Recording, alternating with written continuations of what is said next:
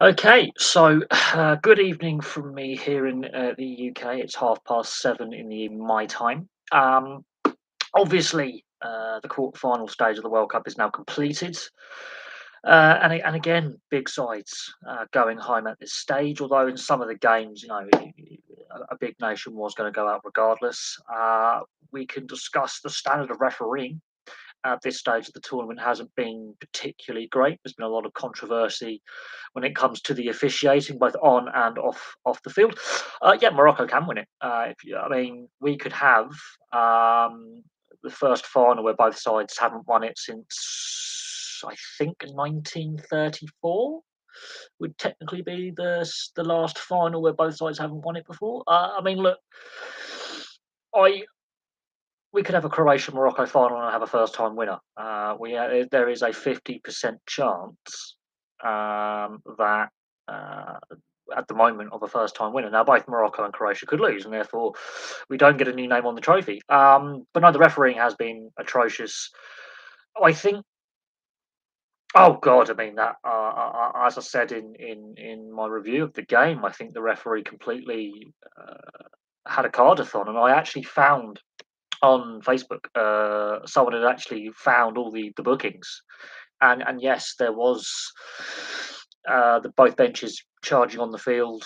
That means the linesman and the fourth official have lost control of that side of the field. The VAR didn't help.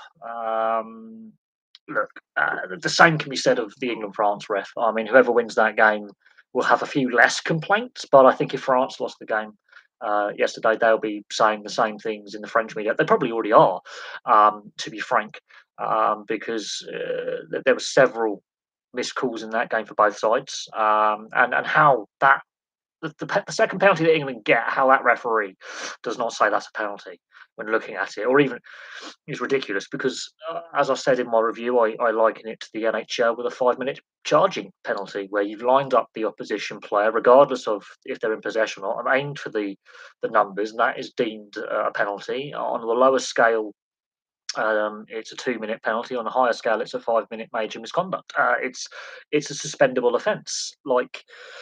Um, I think in regards to the standard of refereeing, 2 out of the 4 games, we're discussing the officiating rather than what actually took place on the field. And even in the Morocco game, the player who got sent off there. The first booking isn't a booking.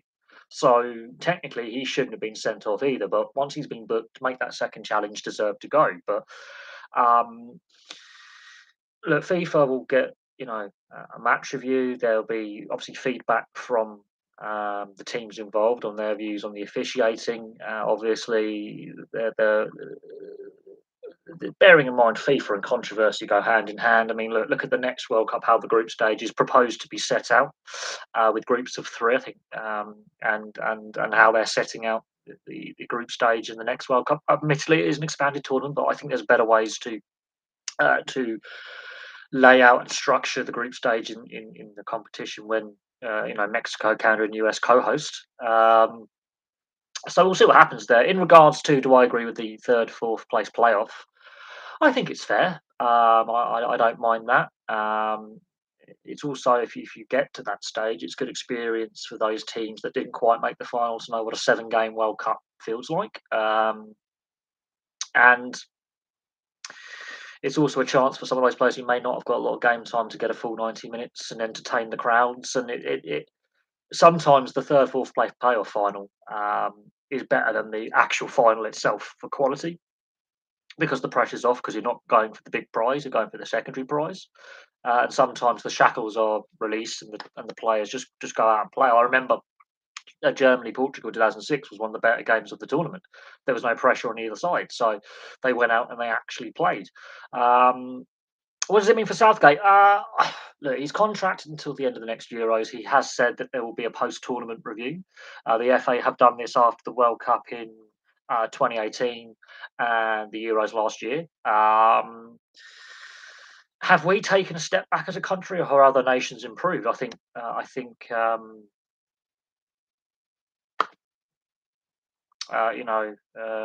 that's that in itself sums up the situation. I think other nations have improved a little bit. Other nations have dropped back, and I think it's more of a level playing field in this World Cup. We've seen a lot more, well, what would be supposed shocks, which I don't see as shocks because you actually have to look at how those teams are playing going into the tournament, how many competitive and friendly matches they've played, and and how long they've been in camp. I mean, the Saudis have been in camp for since I think. Uh, October, November, they've been in camp a little bit longer than the Argentinians, so they've been training and working as a group for that extra couple of weeks. I mean, the Qataris, even though they were woeful, they've been in camp since September. So we'll see what happens. In regards to the French defence, look, their left hand side is woeful. I think they'll probably be better suited if Pavard comes back in as right back and they shift those other two centre backs over and drop Upamecano, and then left back's an issue for them because of injury. So they're going with the younger of the Hernandez brothers, I think. He's great going forward defensively. He when he's bombed forward, no one else covers that position apart from Gigo. So they have a weakness down the left hand side tactically, and Upamecano, he's a calamity waiting to happen in a big moment, and he should have been. Well, look, if we're looking at the amount of fouls he was giving away, he was lucky to stay on the field last night, but the referee was that hopeless that it sort of helps when you've got an incompetent, inconsistent referee. Um, in regards to Southgate's position, I mean, look, is this the end or not? Look, he's contracted for another tournament. Um, he's not the only manager under the spotlight. I mean, this has been the graveyard of international managers this tournament. The amount of head coaches who've either quit or been sacked following their team's exit. Or Martinez had stated before the tournament he was leaving at the end. So there's a lot of international football teams now without a coach. Um, I'm not sure who the FA have got lined up to replace Southgate in their planning because they're hoping he stays there for another tournament. So they at the moment are assuming that he will decide to stay on for the Euros. Should we obviously qualify because that's a hypothetical, but that's the plan. Is he's there until the conclusion of the Euros in 2024. So that'd be part of their long-term strategic planning. If he was to suddenly just decide to resign, that would throw the FA into a little bit of chaos because Eddie Howe and Potter aren't available. I mean, Lampard's tied up at Everton. Gerrard's available. Rooney's committed long term to the MLS with DC United. So, out of the young up and coming English managers, there's only Gerrard who's available, and he was recently sacked by his club side and didn't have a great spell at Aston Villa. So, while Gerrard's had great experience in the sense of working with Liverpool's youth system, and some of the players who are currently playing with England have been coached by him, his time at Aston Villa didn't go well. And so while he's available and therefore doesn't have to be bought out of a contract, I'm not sure he's actually at that stage in his managerial career where he's ready for that kind of appointment. Um, and great players don't necessarily make great managers, if that makes sense. We've seen some really top level superstar players, Zidane notwithstanding, who've really failed as football managers. So we'll see there. Um, Would it change African football if Morocco win it? Well, they've also obviously they bid for the 2020. They were one of the bidding nations for the 2026 World Cup, and they lost out partly because the US decided to go with the co-host format with Mexico and Canada. And infrastructure, it would have cost the Moroccan economy more than it could afford, whereas the US, Canada, and Mexico seem to already have a lot of that infrastructure in place. But it would be a massive boost for the African continent. I wouldn't say all of Africa will celebrate if Morocco win because they're more of an Arab nation in outlook and ethnicity. But for the AFCON um, Confederation, that will give them a shot in the arm to put forward another hosting bid following South Africa in 2010. Morocco may attempt to put in another bid there. If Southgate does stay on, he needs to start changing some players. We need a player like Madison in that game. Look, Henderson has been a great servant. He gets much maligned in the media, and he gets a lot of crap on social media. He performed for me better than Kane in the tournament. He showed more energy on the press. Kane should be the one leading the press, not Henderson from deep in midfield. That was a bit of a bizarre one. Um, but Tamori, Tammy Abraham, even Chris Smalling is having a good time at Roma. There are some players, both senior and younger, who are not necessarily playing in England or playing for the fashionable clubs in England, like Ward Prowse at Southampton, although Southampton had a bit of a down season, but his specialism in midfield is fantastic, that are getting ignored tournament after tournament and squad after squad with Southgate. I can't understand that. Um, And our two centre backs, or our defensive positions, are our clear weakness. And we need to look at also club development of defenders as well. This cannot just be a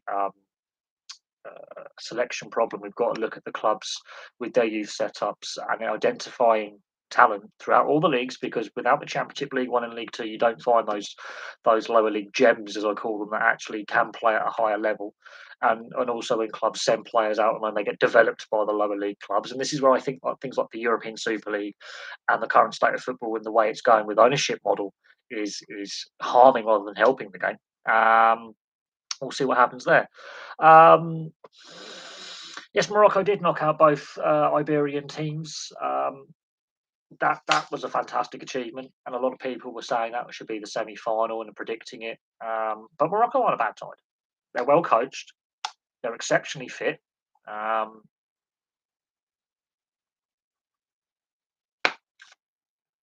and their team unity and commitment to the cause is second to none. Most of them play at top clubs around Europe, in top leagues around Europe.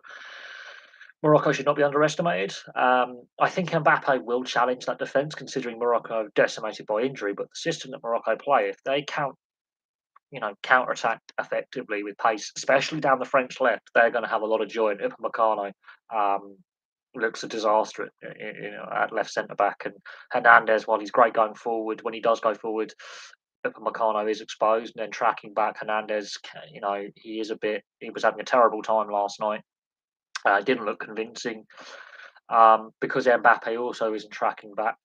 Is part of the problem. I think Asia is ahead of Japan and Korea. Sorry, Japan and Korea as an Asian, as the Asian teams have had, more knockout football than African teams. I think consistently.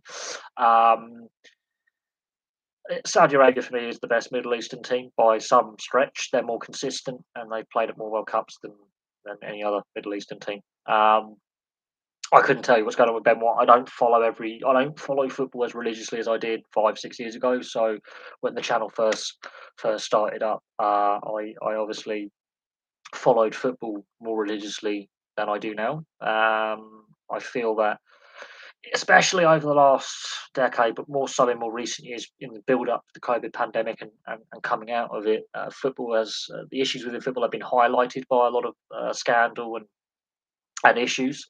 Um,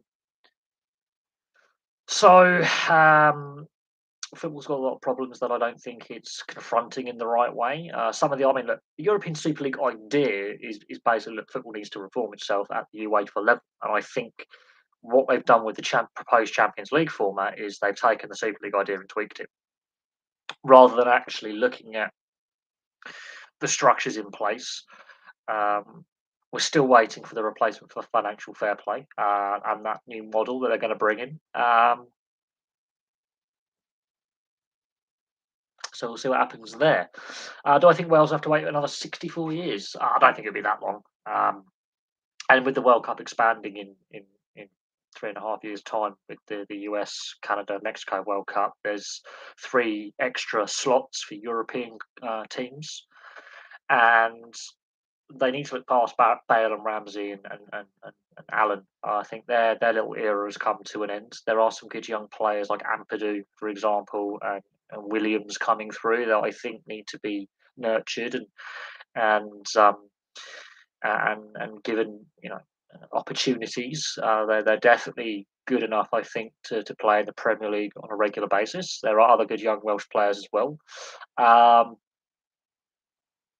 but we'll see what happens. I don't think it will have to wait as long. They might even qualify for the next World Cup yet. We just don't know. But they do need to look at the next cabs off the rank, so to speak, and player development. But there's not a lot of money in Welsh sport as a whole. So it's not just Welsh football, Welsh rugby, or Welsh rugby league, or ice hockey, where they've only got one professional team and a couple of semi-pro teams in that regard, or Glamorgan's only professional cricket side. It is Wales does have a problem with its professional sport and not having a lot of money. So there are hurdles that the Welsh have to overcome, but because of players like Bale and Ramsey and the interest that's suddenly created in the last decade or so, that's definitely helped the fortunes of the FAW, but there needs to be more assistance because the best Welsh sides play in the English league system. There needs to be more assistance from the English FA as well. It can't just be the Welsh on their own trying to figure it out. I think they do need assistance from Big Brother across the border, which is us. So we'll see. Um,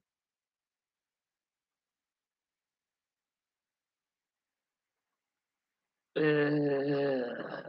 lot of people aren't a big fan of the current or the replacement format or the expanded format. Let me just get a little bit more comfy because it is bloody cold down here in the southeast of England. I'm wearing the blankie because it's cold and I'm not feeling 100% and I've been a bit under the weather. Yeah, got the duvet on. I'm in bed. No, I'm not overly happy with how they formatted the 48 team tournament proposal. They do have 3.5 years to figure it out, and how the first round goes into the knockout stages and how they format the group stage. It's a proposal; it hasn't been ratified yet. It's one of the ideas that FIFA put on the table, um, and it still hasn't been fully confirmed that that's what they're going to go with. It looks likely they're going to go with 3 team groups, and I'm not happy with that. Um, there is unfortunately an element of look what happened in the disgrace of Gijon, as they call it, between West Germany and Austria in '82, with how they played that game, knowing a certain result would guarantee qualification for both sides. Both sides got the result that was required. Algeria go out, and so FIFA straight away said, "Oh no, we've got to change the format. Got to change the format." And there's no reason to fix what isn't broken. Um, and we'll have to see what happens. They'll be under a lot of pressure not to change the format. They said that England has never won a knockout game against top teams in the World Cup. Do we have to see them as the top of the middle tier of nations, not a top tier team? Um, well, you say that, but I look at it, and there are some other international teams in the World Cup at least because you're playing nations from not your own confederation a lot of the time. Right? Let me stress this: the Euros or the Copa America or the African Cup of Nations is different because you're playing teams that you will also regularly qualify against for the World Cup as well. You're playing your nearest and dearest, as I speak. As I say, World Cup's different because you're playing teams from all over the world. It's also interesting that the US and England, the US have got the only win in that fixture at a World Cup. England had never beaten the US at a World Cup. I think there's two, is it 2 or 3 draws and a win for the US? There are certain head-to-heads that don't look good for certain nations, but I wouldn't say they're not a top team because we have got the best league in the world for revenue and quality, I think, and competitiveness. The most competitive league structure, the most professional clubs. So to say we're not is a weird one. The new format will dilute the competition. I wouldn't say it will dilute the competition. I think it's a bit of both. In the short term, yes, it will dilute, but I think we've got enough global talent to have a 48-team World Cup, and it's good for those nations that don't regularly qualify to get more exposure. There'll be those players, like great players. I mean, look at the players in the past who never played at a World Cup, like George Best, for example, was a good example to use. Never played at a World Cup. So I have mixed views on it, but it's the direction FIFA's gone down, and the organising committee, USA, Mexico, and Canada, with those nations, um, they've obviously got the infrastructure in place for such a size tournament.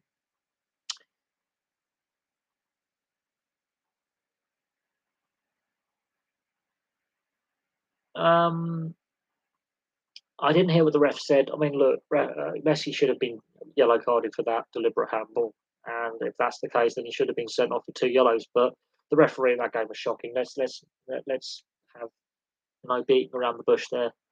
Um, and the the players didn't help themselves in that game with some of their challenges and reactions and how they conducted themselves.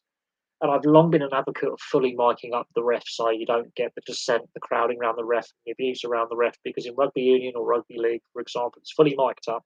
Everyone at home on the TV can listen to what's being said. Everyone in the stadium knows what's going on. And we've seen players in rugby union and rugby league who've said something to the referee that is not repeatable on here for reasons, because I obviously want to get monetised. I remember Dylan Hartley. I think it was in 2015. I think it was not long before the 2015 World Cup, Rugby Union World Cup, and he called Wayne Barnes the referee because it was a club game. I think Northampton Saints were playing, I think Leicester, if I'm not mistaken. I think it was Leicester.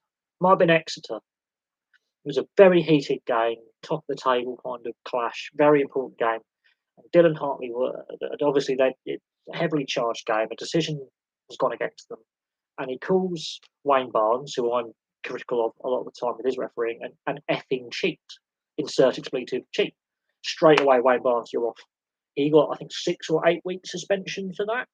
Rugby League, 2 seasons ago, one of the Manchester Eagles players did a similar thing, and again, a very heated, emotional encounter.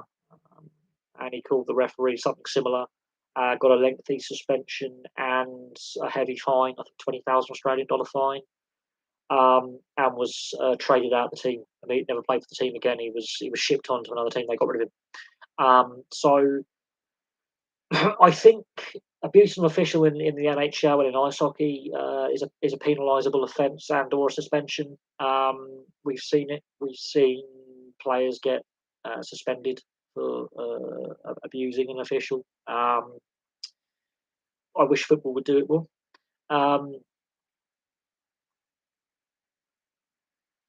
Right, there's a lot of questions coming in here. I don't think there are any other World Cups in other sports with more than 32 teams. I can't think there is either, unless we're going for like some of the more niche minor sports. I can't think of a major global sport which has a lot of money that's this big because I've got to take my beanie off now. It's not that cold in here. Oh, beanie hit. I can't think of other sports that have as many teams. I mean, when we're talking about world championships like athletics and swimming and cycling, then yeah, you do have obviously individual athletes in the individual events, and then you'll have those relay events like in swimming or cycling where you have like 4-man teams or something, or 4 women teams where they have a relay or the team pursuit, things like that. But in major team events like proper team sports like cricket and ice, no, you don't. But it'll be interesting. Whether they long term go with a 48 team World Cup will be interesting as well, because yes, it does limit how many nations can be host nations, and the cost. I mean, if let's say the UK, the whole of the UK and Ireland was to co-host, which is plausible. Um, I think we have enough stadiums, but do we have enough infrastructure for the expectation of the non-British fans coming to the UK and Ireland? It's a hypothetical one.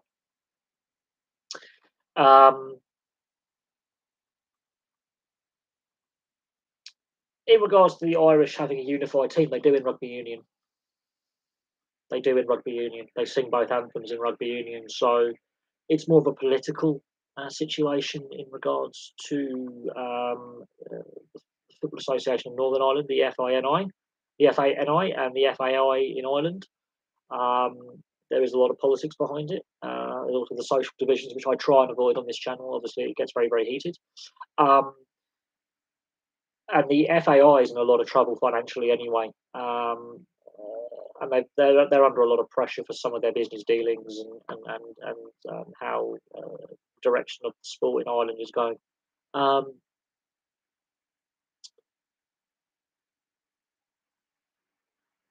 remember when Panama qualified for 2018, they had a national holiday after. Well, bearing in mind some countries that qualify, like Costa Rica and Panama. I mean, Costa Rica baseball is the national sport. Most of Central America baseball is the national sport.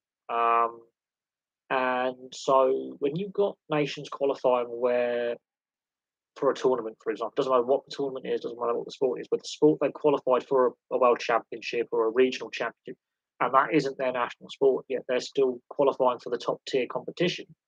Um, that tells you a lot. That does tell you a lot.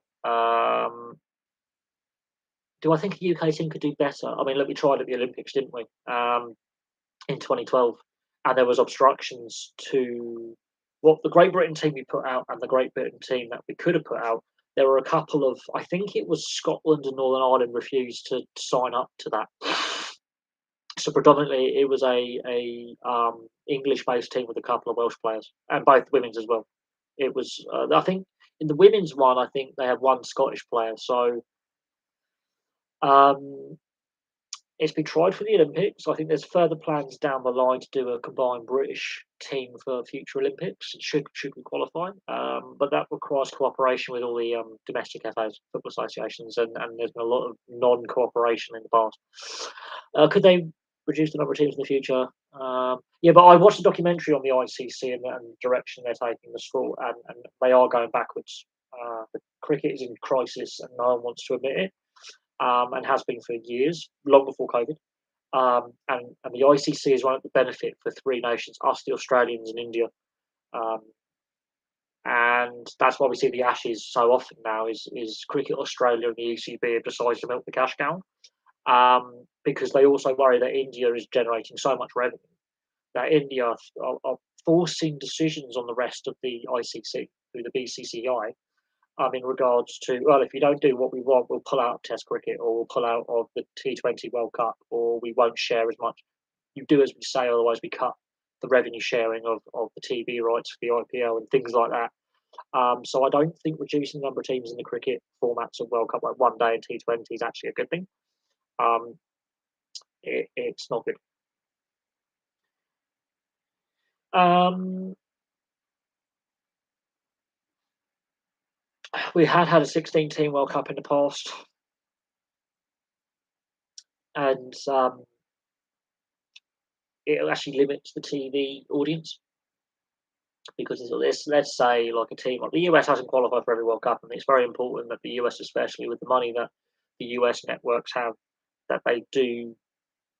I mean, they get to the World Cup. Not being there in 2018 had a massive blow on the revenues that Russia created, ironically, because there was less viewership in 2018. Um,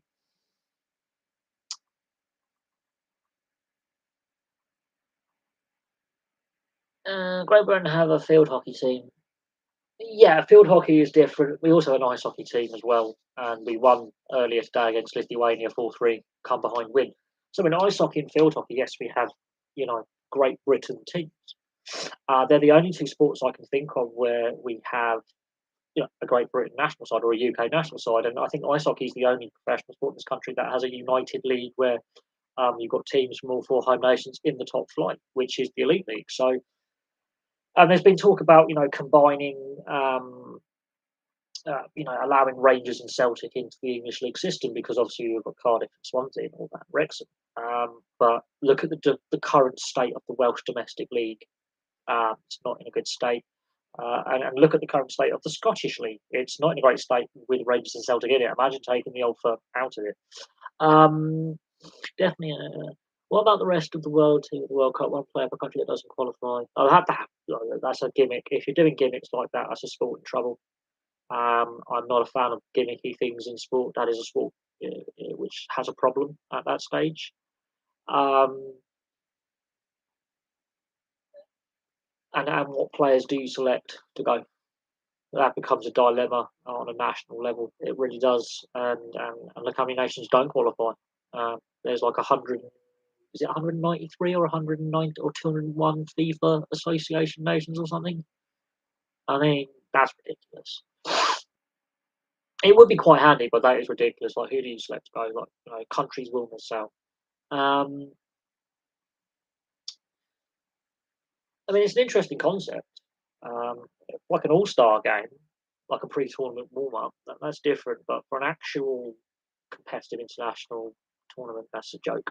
That is a joke, in my opinion, because that leads to so many discussions of like, well, this nation's got no player on the squad, or that nation's got no player on the squad, that kind of thing. Oh look, Gareth Bale. The debate about Gareth Bale was how fit was he match fitness wise. I mean, yes, he's going to play in the MLS, and I've heard some of the people like Talksport and things like that criticising the MLS as like a joke of a league, which it isn't. Um, is it as higher intensity as the European leagues? No, it's not. Is it an entertaining league to watch? Yes, it is. Um, and there are other MLS based players currently still at the World Cup. So where Gareth Bale plays is irrelevant. And I think there's a couple of players in the Argentina squad who are playing in the MLS right now. So that's a weak argument. Um, I mean, look, Beckham continues to play in the MLS and played for England, so that is a very poor argument to have why Wales didn't do very well. Um, it seems like any league. Look, I I I think the mainstream media here has a responsibility to report, and the sports media is just as sensationalist and shitty as the mainstream media on when it comes to the regular political and economic news and other things that happen, like what's happened in Jersey on the island of Jersey with that block of flats and the gas explosion, with how they sensationalise things and put a bias on there. I like certain independent sports media outlets, which is why I like watching other sports YouTubers on a variety of sports have their viewpoint on things, which is why I like what I do. That's why I like doing my club histories and all that, because I do feel that look, we have 92 professional clubs in the top four divisions in this country, plus a load of professional clubs in the National League and the National League North and South who played in the Football League. And in my opinion, there's about like 100, is it 140 clubs that are professional or semi-pro at a decent level, where one or two promotions they're a football league club. Like the obsession with the big six. Tottenham haven't won a trophy. They've won one trophy in like 30 odd years or something, and it's called the League Cup, which is ridiculous. Um, in that same period, Leicester have won five. Let that sink in. Leicester have won more trophies in my lifetime than Spurs, yet Spurs are claimed as one of the big six, which is a load of BS. Um, and I love doing my club histories because it does highlight how the media representation of the Big Six is a load of bollocks, absolute bollocks. But people in this country still buy into the media crap. They still buy the newspapers. They still click on the websites on the internet. They still put the news on Sky Sports News or, whatever, news network they watch, and they still keep buying into the crap narrative that's in place. And like Man United and Liverpool live rent free in people's minds. Like Liverpool are a good side. They're not having a best season this season, but they're a good side. Man United aren't a good side right now, and however the media tries to spin it because they've got a hard on for Man United. I mean, every major newspaper in this country and TV station has a dedicated Man United reporter. So if anything happens in London, obviously the London is one of the two centres of the British media, Greater Manchester and London. They'll get whatever available sports reporters go, right, you're going to Chelsea or Tottenham or Palace or whatever club there's been an incident or a suspension or a transfer or a sacking. They'll have multiple reporters in London because the amount of professional rugby union or football teams there are in London, and they'll go, right, you're available, just get down there, get an interview, get a TV crew down there, just go. Whereas in Manchester, there are two reporters for every newspaper, one for Man United, one for everything else. So if Sale Sharks have an incident, they'll send the other reporter. But if Man United, there's a dedicated media. It's the obsession, as what I call the Sky Sports generation over the last 30 years, that Man United. And I don't care that Man United aren't winning trophies. They're a shambles of a club right now. A lot of clubs are badly run. Man United, they have an obsession over and it's partly of how Man United in the 90s and the early 2000s promoted themselves on a national and global scale that no other club has done, apart from your Barcelonas and your Real Madrids. The way they presented themselves to the wider global audience means that whatever happens is newsworthy, apparently. There's 91 other clubs to report on. Like, so in the northeast, you've got Newcastle and Sunderland, right? That's a religion for those two cities, and then Hartlepool's in between. But that is a religion up there. I mean, even Hartlepool gets big news up there on the local level because there's no rugby union, there's no rugby league really. Rugby union, okay, you've got the Newcastle Falcons. Rugby league doesn't exist in the northeast apart from when internationals play at St James's Park or the Magic Weekend. It's not a thing. Cricket's County Durham, you know. So football is literally the focal point. So we'll have a northeast reporter who will go to Newcastle or something. Oh, there's something happening. But Man United is, I think, the only club with its dedicated reporter from every news outlet that will have a Man United. It's ridiculous. Okay, a lot of questions coming in. I'm not be if you're honest, I won't be able to answer all of them. Spoilers yesterday is in the side between 20 and oh look, the body of work. I think apart from that Nations League debacle, and also after the 2018 World Cup, we had a poor Nations League as well. Who would have known? Gareth Southgate's win-loss record is fantastic. It really is. And what went before 2018 between 1996 all the way through till now, because Italia 90 and 96, semi-finalists in both competitions. Between 1996 and when Southgate gets put in 20 years later, so he plays in that semi-final, misses the penalty. He becomes manager in I think he was late 2016, early 2017. I think he played his first competitive international. Oh, where was it? I think he was appointed and then he played the first competitive international. There was a couple of friendlies in 2017 sometime. They were qualifying for the World Cup. And I think one of his first internationals where he was manager was against Lithuania, if I remember. And I did a review on the channel and we won 1-0. And I was very critical of the style of football we were playing. Now, the squad has changed remarkably since then. Players coming through. Some of the players playing yesterday were still at primary school and early starts of secondary school. So the squad that he put out against Lithuania in that qualifier for the World Cup in Russia is light years different. But the same issues apply constantly in that time frame. The same issues are still occurring. In regards to whether he's manager next week or for the next set of qualifiers in the spring, couldn't tell you. But he's contracted for another 2 years, so I don't think the FA want to sack him. If he resigns, that's different. But and he doesn't get his payout, I don't think the FA have a backup plan just yet. They haven't thought of a succession plan. This is the most attacking team. Well, 74 we didn't qualify, so let that sink in. The current English side won a penalty shootout on the English side since 96. True. That is true. But our penalty shootout success is, I think we've won 2 penalty shootouts ever. So we have got a great record there.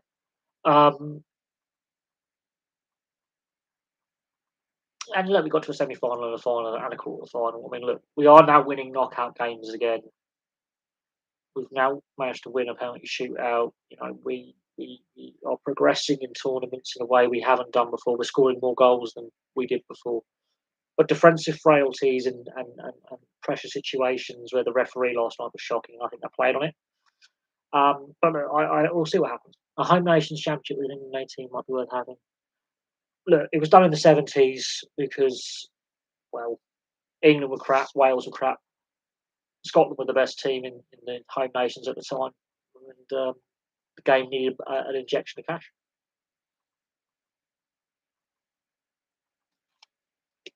But the game has changed since the mid-70s. It's massively changed. There's too much money in it now, and clubs are like, nope, the players my player can get injured. Not having him. You're not having him. Not having him. The EPL has it. I mean, look, it took a long. I mean, apart from the Euro '96, we haven't had a decent England side until 2018. So the Premier League, has it really benefited the English game or the entire time? It's debatable. England's B team could win it. If you compare our last 2 quarter-final exits, look, we gave it a go. That's good enough for me. Can you see England? any nation can fail. Italy failed to qualify for the World Cup. Holland have failed to qualify for the World Cup. So anything's possible.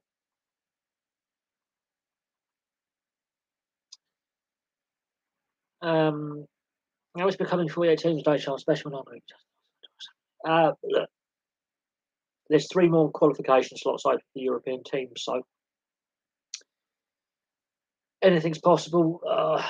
It's basically turned into um, the old. It would basically be similar to the old European Championship qualifying. I think 16. I think it's 16 European teams be going. Um, Qualifying for the World Cup used to be hard. Now it's too easy. Well, you say that you still got to win, and England have failed to qualify twice in my lifetime for the World Cup. Well, for no, once for the World Cup, once for the Euros. So I wouldn't say qualifying is easy. I think you've still got to perform in those competitive internationals. Why don't you ever have pre-qualify? Again, that's a tricky one. Um, some nations may see they're being discriminated against because of their geographical size or population size, and another nations get a free pass. That's a controversial one. Other confederations do it because some of their nations really are that bad. Um,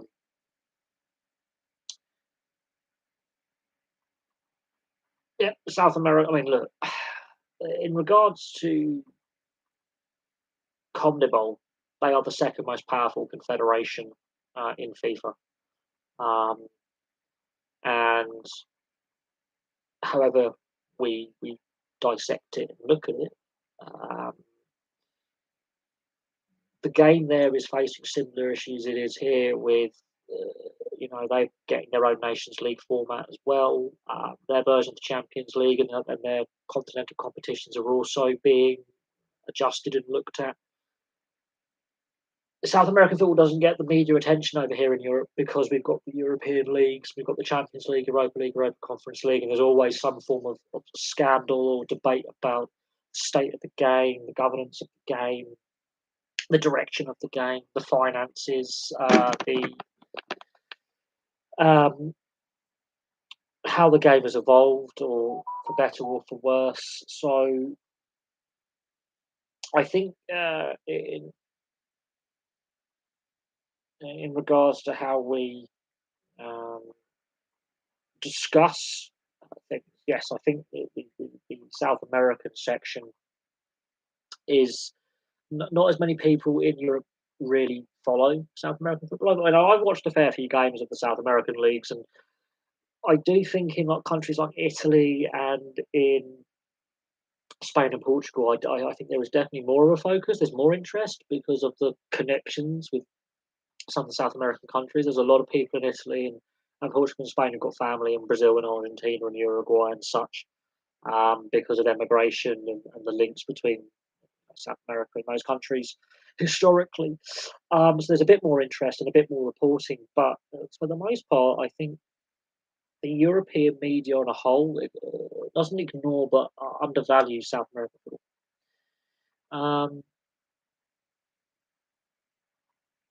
South America doesn't get any new slots. It already gets 3 or 4. No, I do think South America does because the tournament is expanded. Regarding UEFA, we don't put Former Town in first from the FA Cup for obvious reasons. Um, that's a domestic cup competition that's had has its format, and that format goes back to the foundation of the Football League, um, and has been tweaked ever since 1888. Has been tweaked, and at one point at Queens Park in Scotland played an FA Cup final. So it wasn't solely English clubs only, and Welsh clubs have won the FA Cup final in Cardiff. So the FA Cup, though, the structures in place for the most part have basically been that way since the Second World War. For the most part, I think the format was slightly different um, before World War Two and even World War One, but the basic principle is the big clubs come in the higher levels at the third round or the first round proper. You've got the qualifying rounds. Um, so there you go. Yeah, I do think there's already been a lot of criticism for an expanded World Cup. A lot of people are saying it's too many teams. Let's see how it plays out. If it's a disaster, you know, FIFA is in a bit of an awkward situation. I think Qatar this tournament has gone off better than expected, although there's been a lot of controversy surrounding the tournament, and they can't get away from that. Every time Infantino was at a group stage game, he goes up on the big screen, got booed. So now they're not showing that on the big screens. The organisers and the host nation are very mindful of this wasn't a popular decision to host it in Qatar. Now,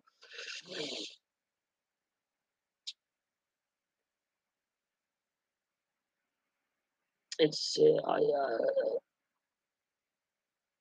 so FIFA are under a lot of pressure. So we'll see what happens at the next World Cup. I unfortunately think the 48 team tournament format is unfortunately going to be here to stay.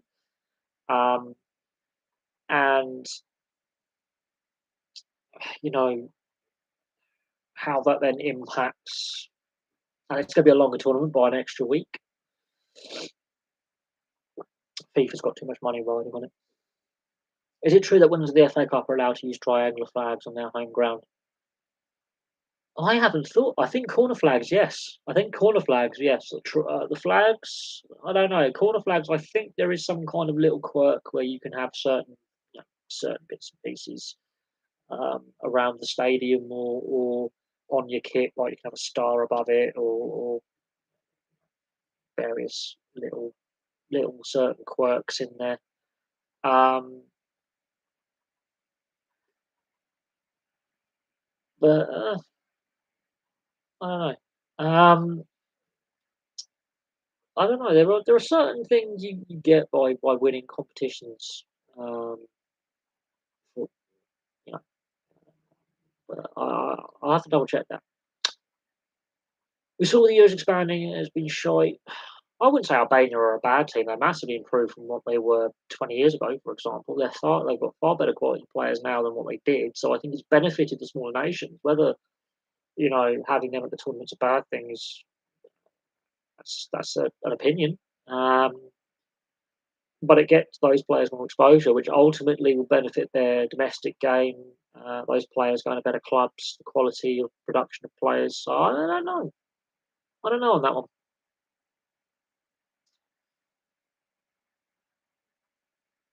Yeah, look, it is odd that the FA Cup second round took place the other day, and I missed every single game.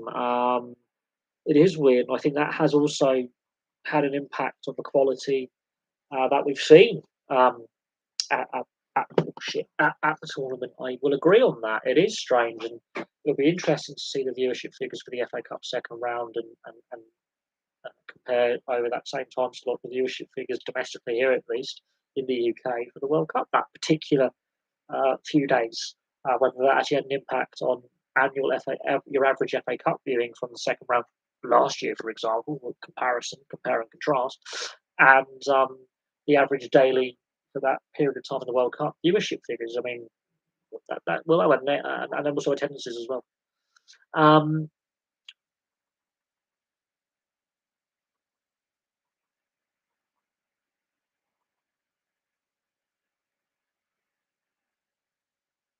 Um, but that'll be interesting. Uh, I think the expansion to look, FIFA. Obviously, I've watched a few documentaries about FIFA the last couple of days, and it does, and football and sport in general, should I say, not just football. And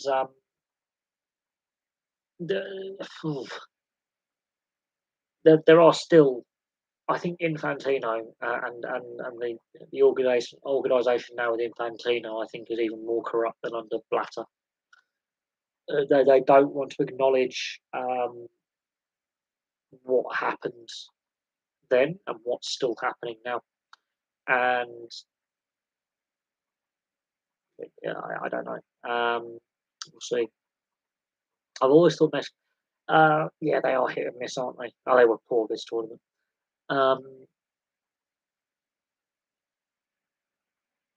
I would look. The World Cup in 2018 only had one nil-nil draw, so yeah, this time around we've had more.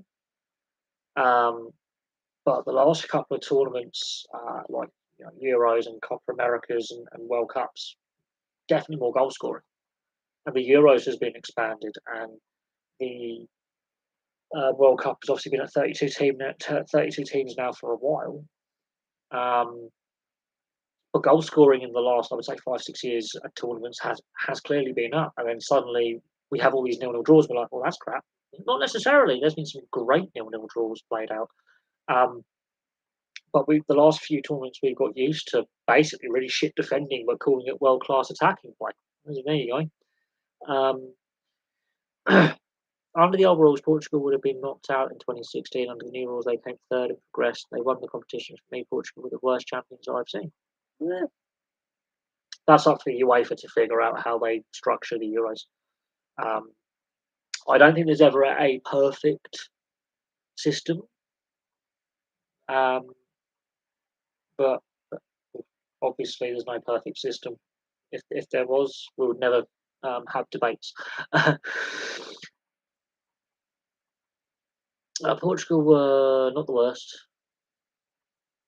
I wouldn't say Greece were bad. I think Greece were good at that. Greece played in a certain way that suited the strengths of that team. I would say Morocco are similar to Greece. And when you have a first time winner, that's a fantastic achievement. And to see Ronaldo get knocked out, get beaten by Greece in '04, and get beaten by Morocco in 2022, it gives me a warm, fuzzy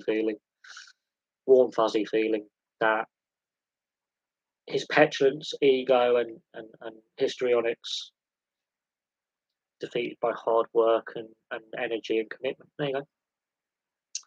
Next go, the bridesmaids of the round of 16, but they didn't get there this year. Greece Senegal is just Morocco 22, partly bust and tried to no, it's a little bit more than that. I think both sides are a little bit more expansive than you give them credit for. Um, uh, Morocco can catch you on the counter attack. They've got some very pacey players. They don't linger in possession, and they're more than happy to give up 2/3 of the ball, but they know that when they get the ball, they distribute it quickly. So I wouldn't say it's part of the bus. Part of the bus is just hoping for that one long ball upfield to the big lanky centre forward and one fast moving, quick one shot created all game. They create a lot of shots, um, and for percentage of shots on target compared to percentage of possession they have, they actually have a very good um, goal um, uh, uh, accuracy shooting ratio as well. Um,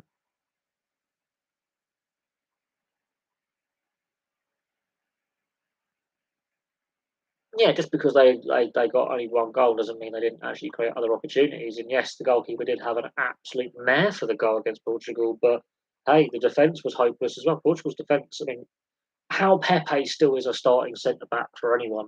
I mean, how's he's been stealing a career now for several years.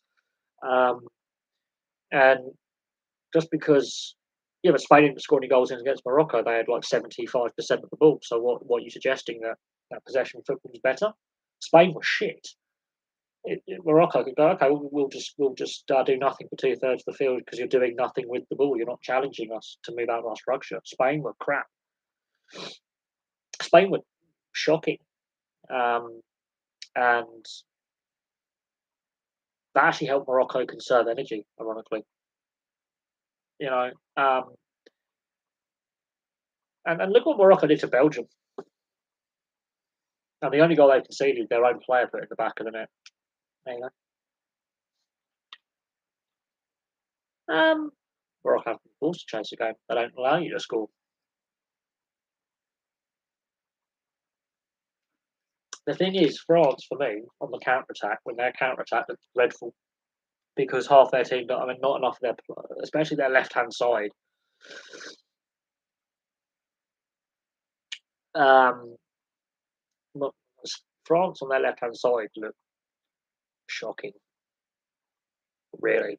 And Griezmann's been blowing hot and cold in the tournament, and he didn't have his best game against England. He was good in patches, bad in others, and then Mbappe just does no tracking back. He's walking back when Hernandez has gone up to support or I do an overlap, ball's broken down for whatever reason, and he doesn't even bother to track back. And I think Deschamps has realised this guy is not going to do his defensive side of the game. Um, so, and the way Morocco play, they're designed to have a player like Mbappe and Hernandez bombing up the left to create width, block the passing channel, and then go down on their right. They've been brutal. They ripped teams. Of course we can. Of course, of course. Why can't we let Morocco win? Why can't Morocco actually make a final? Do you want to keep football a closed shop where only the same couple of countries keep winning it? Because I surely don't. That does nothing for the game. Um, a Morocco Croatia final will probably be more beneficial for football than a France Argentina final. There's too many Messi and Mbappe fanboys in the world. Um, yeah, having a closed shop is actually bad. It's bad, and it's that kind of resistance to growing sport in general, um, not. It's that kind of mentality that is harming sports like rugby league, rugby union to a certain extent, cricket, um, and then the North American sports as well. Now, whether we agree with having the NFL London Series or Major League Baseball coming over here or the NHL coming to Europe, although about a third or nearly half the NHL players now are European in origin, and the NBA coming over here to Europe. It's for me bad, especially it's called the global game. It's a bad advert if it's the same teams competing in the semi-final, final every time. You've got to have fresh faces in there to encourage growth, not only globally but also in a regional market. And it creates more interest when an underdog, which is pretty well. It sells stuff. Underdog wins actually sell better than it's the same teams again because you get fan boredom. You get fan boredom, and when you have fan disengagement, ironically, it harms the product. Um, to not be open-minded and progressive actually is taking a backward step. Um, five teams per group won't be as good as it could create dead rubber games in the group stage. The rugby union's got other issues in regards to tournament structures, such as player welfare and the turnaround time, um,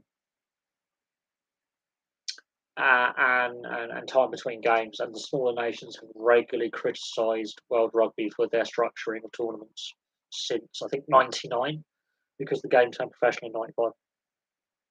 Since rugby turned professional in '95, tournament turnaround times between games has been criticised by those semi-pro and lesser tier two and tier three nations that have less professional players because of squad depth injuries, player welfare, and some of the bigger nations have also actually, for some reason, the draw is favouring the All Blacks or England or South Africa, Springboks, and that has been brought up more than once.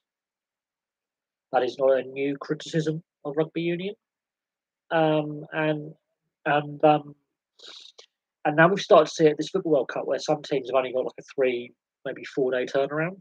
Um, and there's been like, hang on a sec, this is a very intense tournament. If you play all 7 games, you make the final or the third, fourth place playoff, bronze medal match, as it's sometimes known in North America. Um, you average out how many games. That's actually basically like, the Christmas period here. It's just fixture congestion. So I can definitely see issues with expanded World Cup in 2024. Um, that they put an extra week in there because the amount of teams, but I can see turnarounds between games being a problem.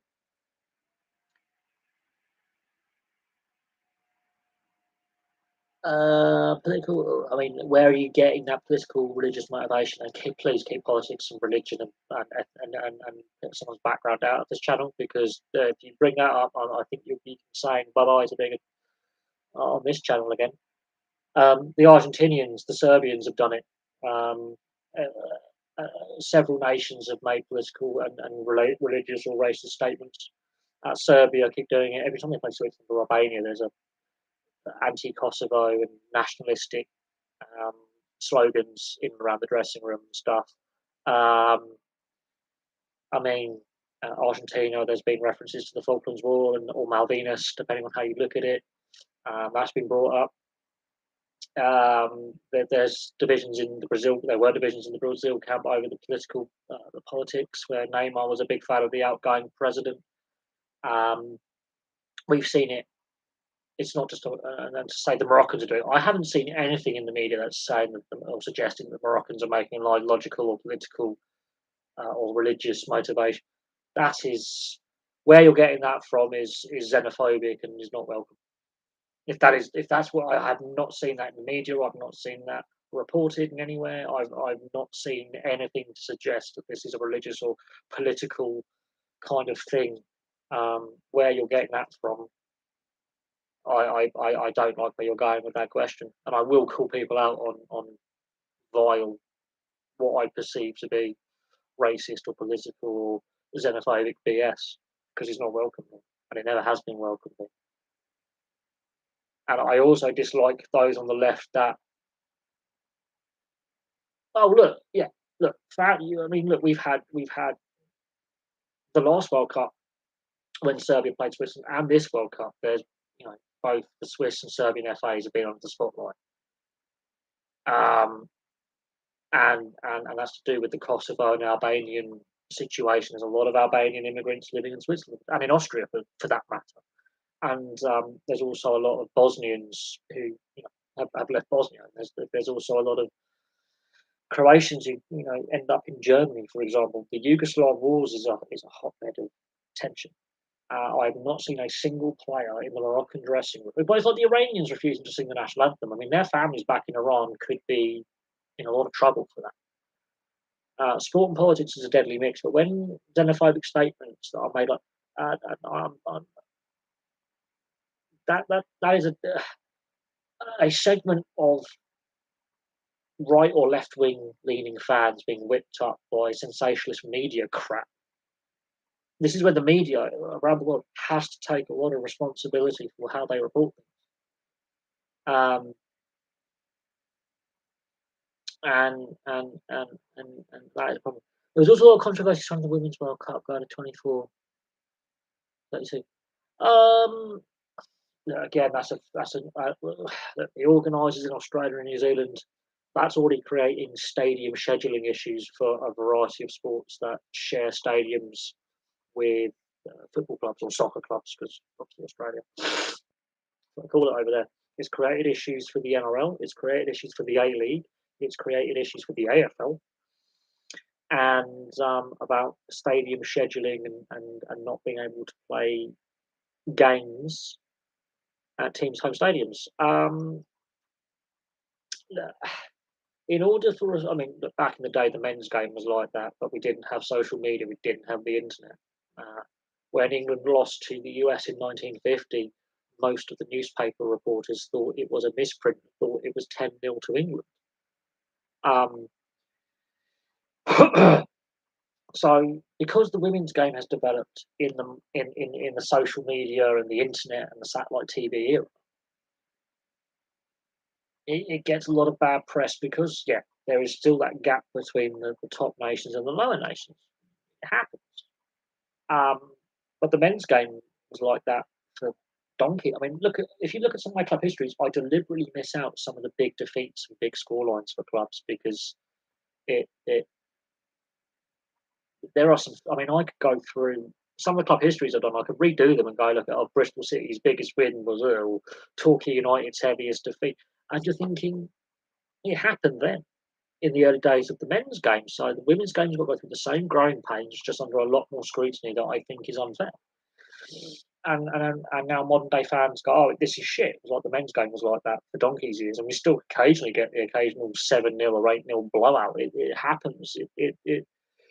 I mean, Costa Rica got battered 7-0 by a very average Spain side. This World Cup, England beat Iran 6-2, so it happens now.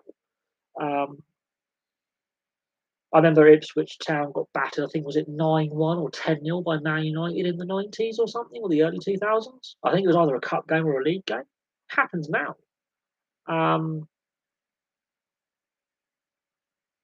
So,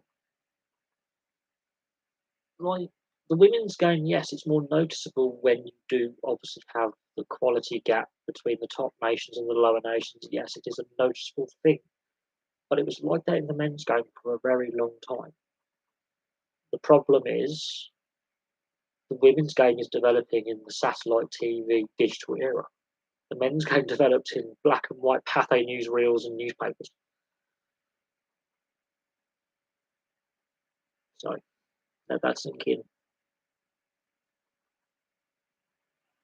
The Rugby Union World Cup managed to work around, and so did the Rugby League World Cup recently as well, in 2013 and this year. Um, Communication between the sports leagues and stadium owners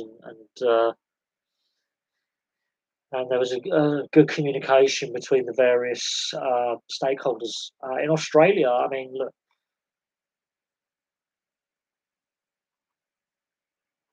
yes, COVID's had an impact, and yes, you can argue that the Australian sports organisers have had a lot of experience at rearranging at short notice because of COVID.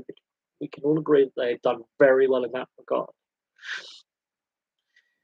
But the way that there is all this carnage shows really bad administration. This is not the team's fault. This is league.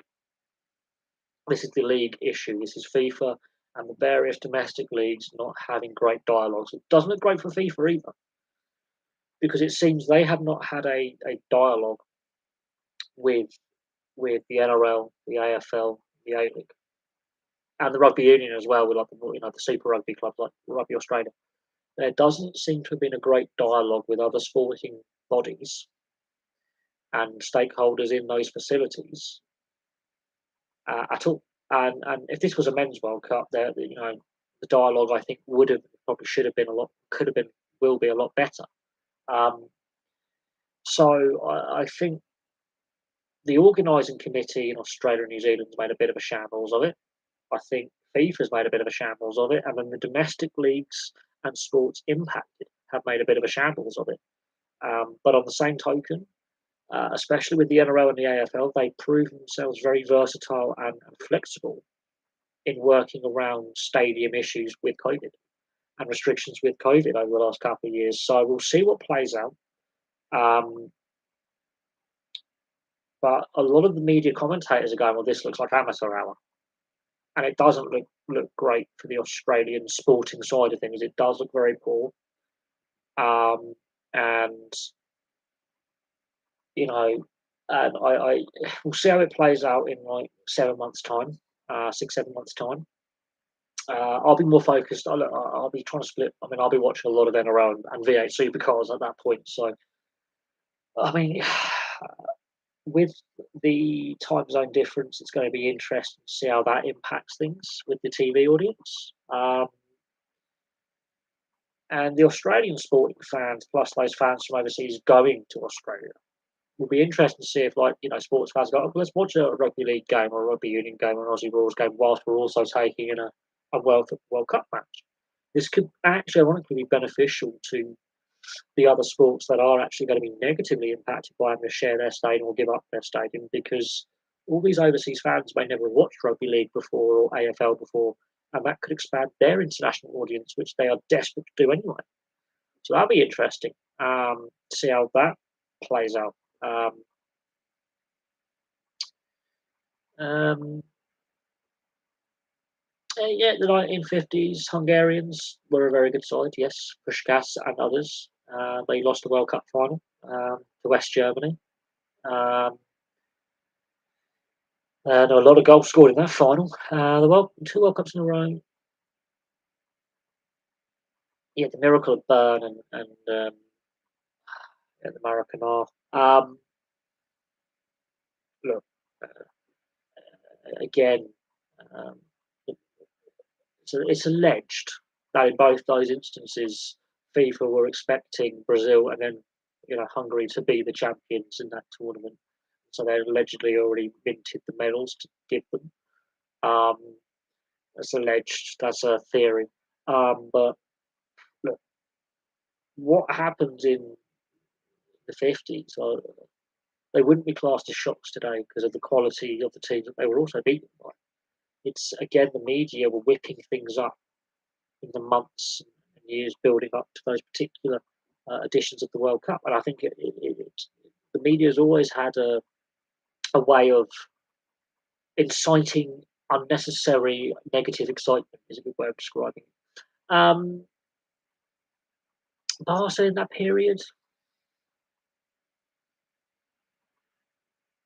I think that's when I think the quality of football we're seeing now started to decline. I think it's slightly on the way back up in the last couple of years, but I think that was when football reached its final peak for me. I think the decade and a half, 2 decades before, football was on the rise, plateaued nicely, a lot of good quality players playing at lesser clubs, so to speak. It was still world class players. The game, I think, was more competitive, and then just after then is the 2010s. I think, um, ironically, there's a reason why only two players swapped the Ballon d'Or between them, Messi and Ronaldo, is the actual quality around them was so bad. Um, I think the quality dropped off for a 12, 14-year period, personally. Um, Rugby World Cup, France looked good. Ireland looked pretty good. Um, New Zealand and the Springboks look vulnerable, but look, we've seen coaching change at Wales. There's going to be a coaching change at England, um, and let's see what happens. Let's see how it plays out. Argentina should not be underestimated. Come a Northern Hemisphere World Cup either, they can be dangerous. They seem to like playing, especially in France. Um, oh yeah, well, England do have a chance, yes. Um, and the weather conditions in Australia will actually be like not as cold as now, but they're playing games in Canberra, for example, or training in Canberra. It'd be pretty chilly, and there's a chance of a little bit of snow because it'd be Australia's winter. So pleasant playing conditions, not overly cold. But if they were training in like Canberra or somewhere like that, then or inland in New South Wales, in Victoria, if there's like a training camp or something, it can get below freezing. Um, there are mountains; they get snow in Australia, um, in New South Wales and Victoria and Tasmania. It can snow, so um, I think they have a good chance. I think the players will be pretty used to the weather conditions because they'll be very similar to October, November here, or March, April time. So pretty pleasant playing conditions in New South Wales and the state of Victoria. Queensland, maybe a little bit more humidity, but we'll see how we do.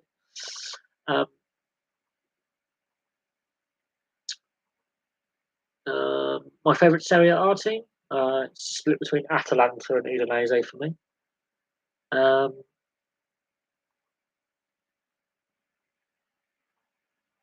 I'm not surprised the US head coach has basically been told to leave.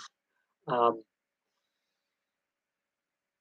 Disappointing qualifying campaign. They obviously couldn't beat Chile on the aggregate scoreline, and then they have to go into the repechage tournament, and last kick of the game by Portugal sends them packing. So not good enough. And you know,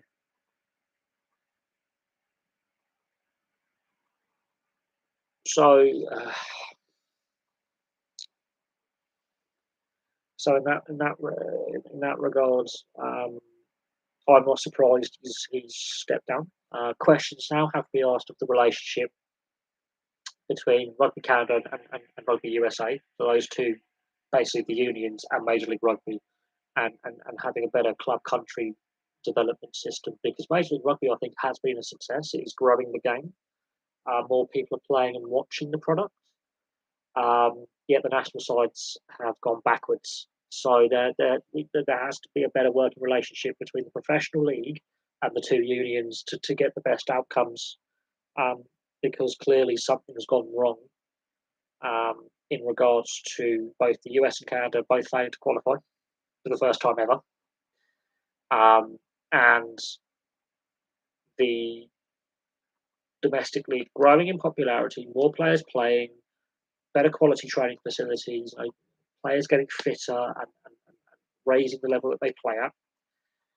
there needs to be a better working relationship between two unions and the league. The problem is Major League Rugby, much like Major League Soccer, is a franchise-based model, and therefore the governing bodies have less say on that domestic league structure and the competition and you know the resulting development. I think in 2018, I think the US Federation and Major League Soccer had a sit down and say, look, we failed to qualify here. What's going on? We need to look at what's gone wrong. Do we need better communication? As it is.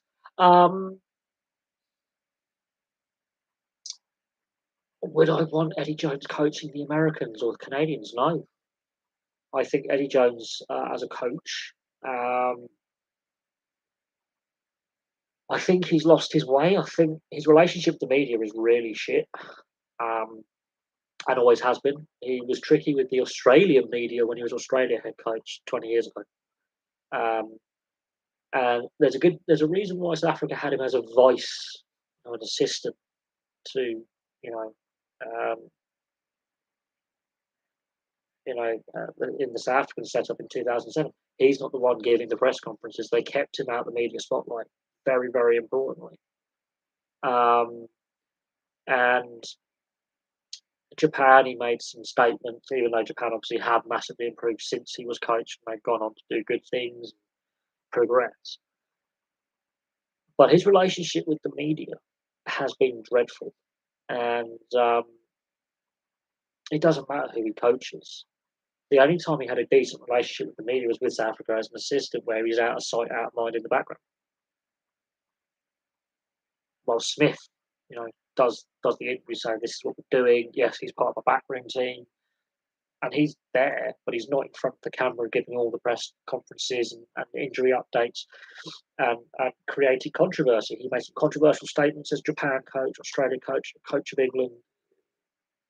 He is like Mourinho of rugby union, and whether that actually helps or hinders the Americans or the Canadians, because both countries need a massive change of direction with where they're going. Does it help them? Would he be the right guy at his age, because he's in his 60s now, he's had some health issues, would he be the right guy to put into that situation where there's clearly a plan in progress to develop?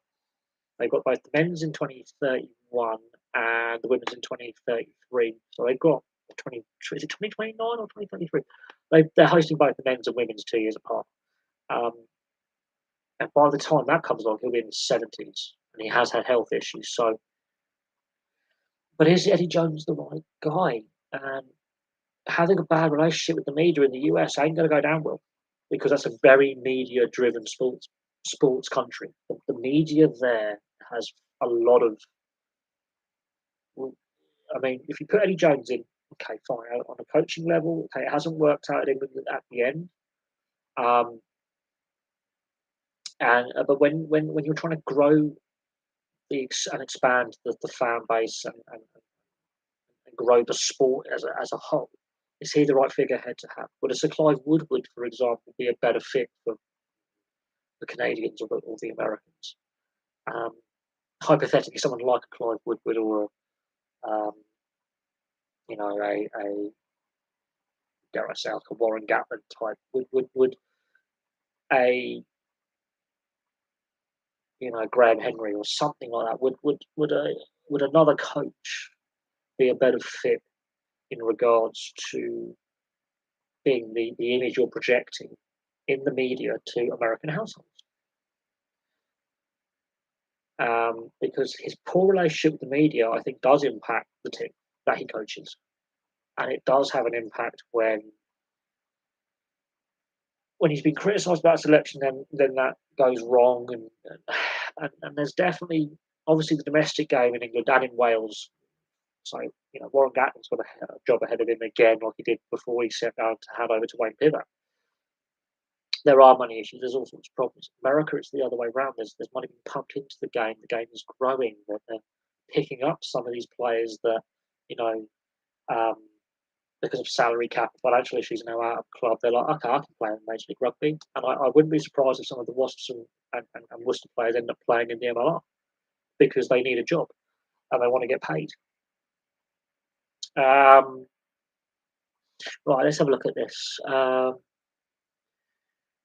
The FA need to look at the RFU and Eddie Jones right now, relegated Nations League and not guaranteed to qualify for next year's. Um, I don't know. That's the way to look at it. As I said, they did win in. Will it impact him being relegated from Nations League? Look, the Nations League's a flawed format, and I'm not, I don't, and it doesn't really work for me anyway because it just doesn't. Um, it's a bit like the rugby league team I last got decided no Welsh and Scottish players by memory. It was just, in fact, it had, I think, about seven of them were actually eligible to represent Australia, if I remember correctly, and we were battered 3-0 in our last test haul. PNG beat us, which was embarrassing, and it cost the coach his job. Agreed for Euro qualifying for the nation. Has Clive would have been lazy since the 2003 World Cup? The Lions tour, I think, was his last coaching gig, if I remember correctly. Then he became a director of performance at Southampton. He was a sporting director at Southampton Football Club for a while. I think he might still be involved with Southampton Football Club, actually, if I'm not mistaken. But he was then employed in a footballing capacity as a sporting director, looking at pathways and structures, which is a bit different. I think sporting structure and pathways and talent spotting and improving their youth facilities. I think it's done quite well. But has he been lazy? No. He's done his coaching. He's won what he's needed to win in coaching. The Lions tour in 2005 was a disaster. He's even admitted he got things wrong, which is the sign of a good coach going, yeah, I could have done better there. I think he's all right as a sports journalist, but I think at the same time, obviously,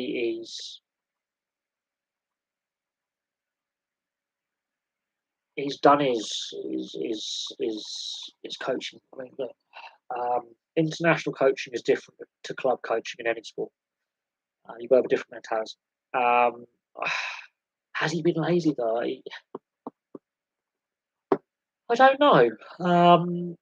Uh, there's only so many rugby union coaching jobs at the highest level out there, and rugby coaches have a longer lifespan than coaches in football, for example.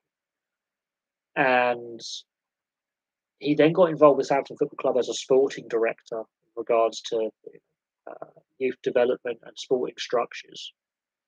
It's benefited Southampton. I will agree on that.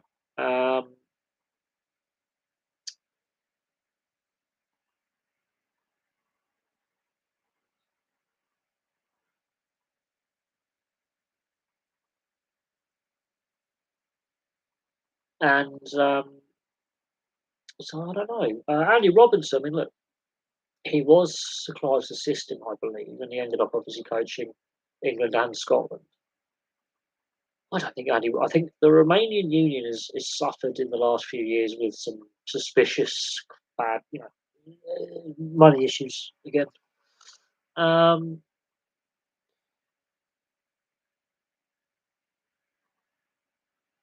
which three clubs have finished the runner-up in the? I've got to have a look at that. I think Blackpool's one. I think.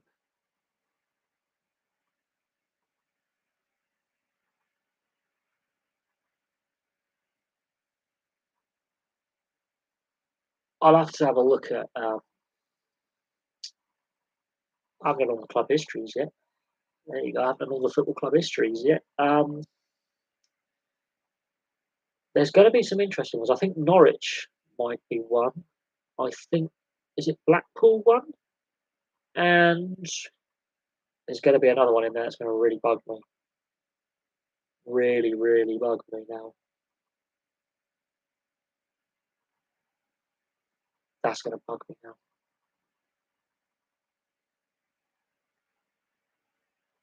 The football trivia one.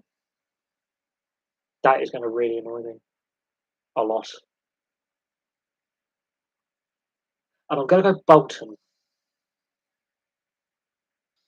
Shit. Derby's won the league, so it can't be them.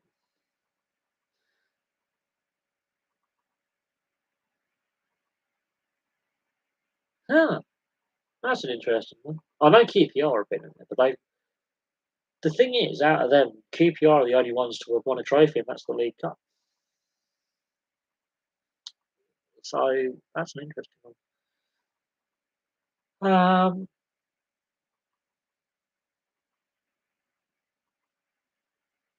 We've gone from one extreme to the other in regards to media and English. Well, I think it's extreme. We've not wanted to criticise, but not one.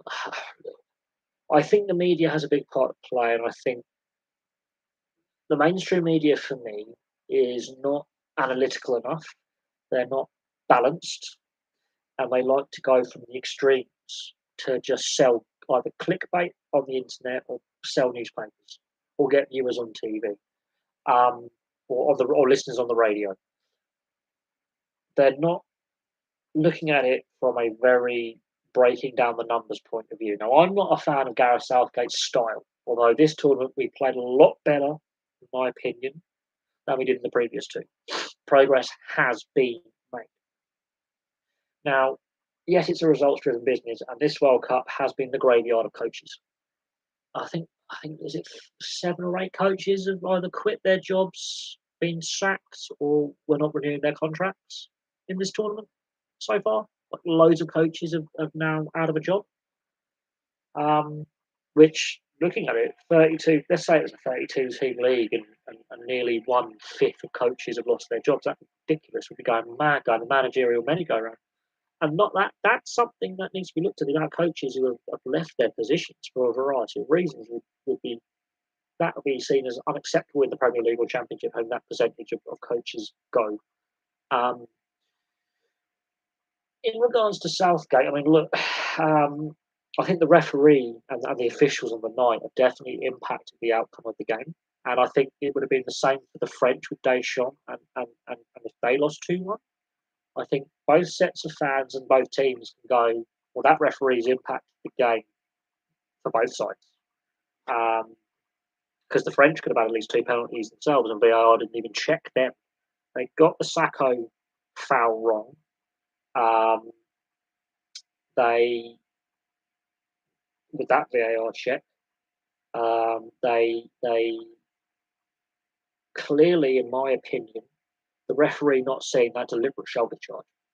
Which, if that's ice hockey, that's a suspension because that he's come up from a long distance, he's lined him up, and he's put his shoulder through his back with the players in a vulnerable position, not even looking at where the ball was coming from. That is a red all day long, even if it's the ball's not even under control, because there's no attempt to challenge. There is no attempt in a fair contest with a header, if it was to be a header, or to control on the chest, or position safely to block a passing lane or shooting lane. That for me is deliberate foul play with the intent possibly to injure, because there is no attempt to slow down. Go, okay, I'll stop and I'll brace myself. He's gone in there with leading with a shoulder and an elbow at the back, and we have seen whiplashing. I mean, we have seen in rugby union lesser instance break a vertebra. So anyone, when some of the pundits go, that's only a yellow. No, that's a red card for me because there is no attempt to challenge safely for the ball or position yourself safely because the onus is always on the tackling player to make sure the tackle player is safe. Um, my thoughts on the media speculation on Southgate. I mean, Southgate's come out, and whether you like him or hate him, and we know your views on Southgate, and you say, and he's stated, we'll do a post-tournament review like they've done after the previous two, which is fair. He's contracted for 2 more years, whether we like it or not. If he quits, the FA, ironically, financially would like that, but ironically, the FA won't like that because they're planning for a succession in 2 years' time, and there's not a lot of available managers because I think the fans and the media want it to be English. They want him to be young, and they want them to be ambitious. Eddie Howe's at Newcastle, going nowhere. Potter's gone to Chelsea. I think he should have stayed at Brighton. It could be a possibility that relationship breaks down. Lampard, okay, he's not having the best time at Everton, but he's young and ambitious. He showed that with Chelsea and Derby County to a certain extent. I think the way things at Chelsea ended, a lot of managers have problems at Chelsea. Everton job's the wrong job for him, but he's got a job, and I can see Everton winning slightly better than they did last season. They're not where they want to be. Um, we'll see what happens there. You've um, Wayne Rooney's showing that he's got no inclination to be back in England managing. I think he's had enough of the British media. He's happy at DC United because his family and himself can have a quiet family life just under the radar. He's having a fun time at he's in his off season, so he's already working with his players in pre-season. I don't think he wants to have a change. And that leaves him with Gerrard. And his time at Villa is not a good CV. Rangers, okay, maybe. The under 21s and under 19s at Liverpool, okay, that's fine. He's worked with some of the England players at both Villa and Liverpool who are currently in the squad. But the media are going to demand someone English. Potter and Howe are tied up in clubs that are in European places right now. And I think Graham Potter should have stayed at Brighton personally. I think Graham Potter's not having a good time at Chelsea. I think Eddie Howe is very happy at Newcastle. They're about to enter a very exciting transfer window. And they're battling for European place. They may even challenge for a Premier League if they go on a run. Trust me on that one. They could be a very dark horse if they hit form, because the clubs around them have all got to pay European football. They don't. So they've got less fixture congestion. Let that sink in. So I think Southgate's going to stick it out. And I think the FA haven't planned for a succession plan yet. They don't have a clue who they want. Whether we get Graham Potter and get a replacement, that's up for debate. But the FA don't want to sack Southgate because they've got to pay him out because they stupidly gave him that contract extension in 2021. Before the last Euros, they gave him that contract extension.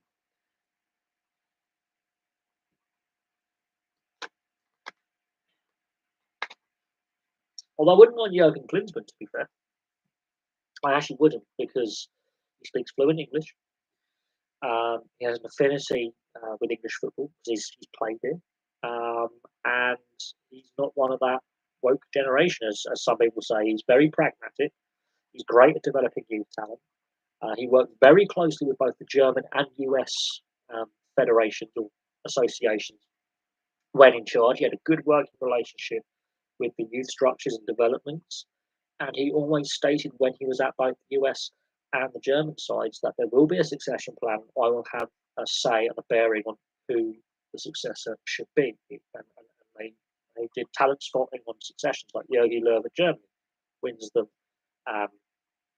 obviously a World Cup. With the US system, he did actually have a say on having a better relationship with the MLS, the domestic league, player development, and youth structures. He put in place a lot of things that the USA are using today, which is actually very instrumental for them getting their World Cup. So I wouldn't mind Jurgen Klinsmann. Someone like a Jurgen Klinsmann. If it's an overseas manager, it's got to be someone who's played or coached here before, who understands the English game. Rafa Benitez would be a good shout, honestly. Ironically.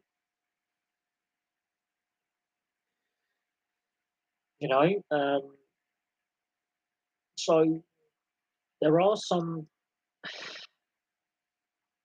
I think Jurgen Klinsmann, he has a very warm relationship with. Ironically, Klinsmann's one of those Germans that everyone actually likes in England. He's very warmly felt. He's a cult hero of the early Premier League era. He's very fondly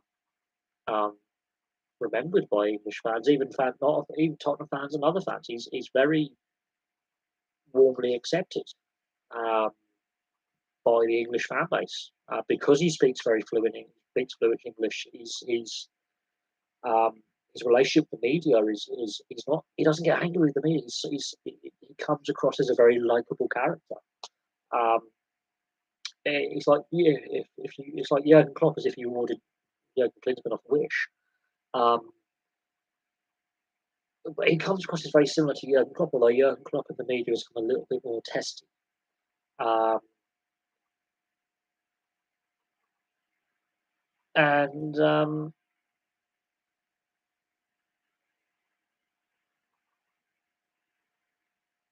I'm not so keen on Poch, to be fair, because he's not because he's Argentinian. It's just he hasn't won much as a manager. He's actually failed as a manager in my eyes. He made PSG worse. he actually lost them the French title to Lille. Um, I think, but he does understand the English game. I will agree with that. But it's it's one of them. I don't. There's been like rumours that Guardiola, after he's done with Man City, could be at the time of the Euros. As I think Southgate doesn't with his contract. He has stated he wouldn't mind managing any national side and giving it a go. But club management, international management, different things, and that's where I think Klinsmann or someone of his standing in the game is a good fit. Um, but look, we've seen it with what's happened with Roberto Martinez and Luis Enrique. So they've had great players and they failed miserably. And they've been in club management and they've been in international management. And, you know, so it's an interesting one. It's an interesting one.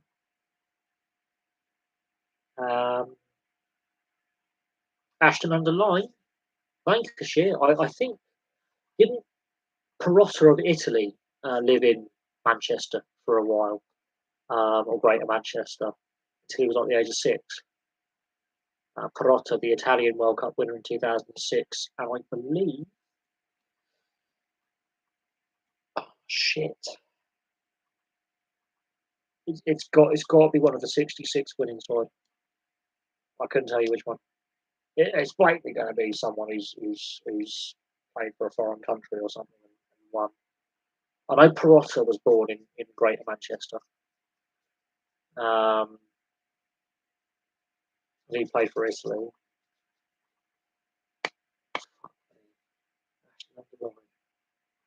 It's going to be one of the England players of 66. It has to be.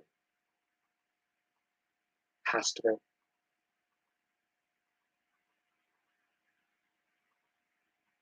Okay.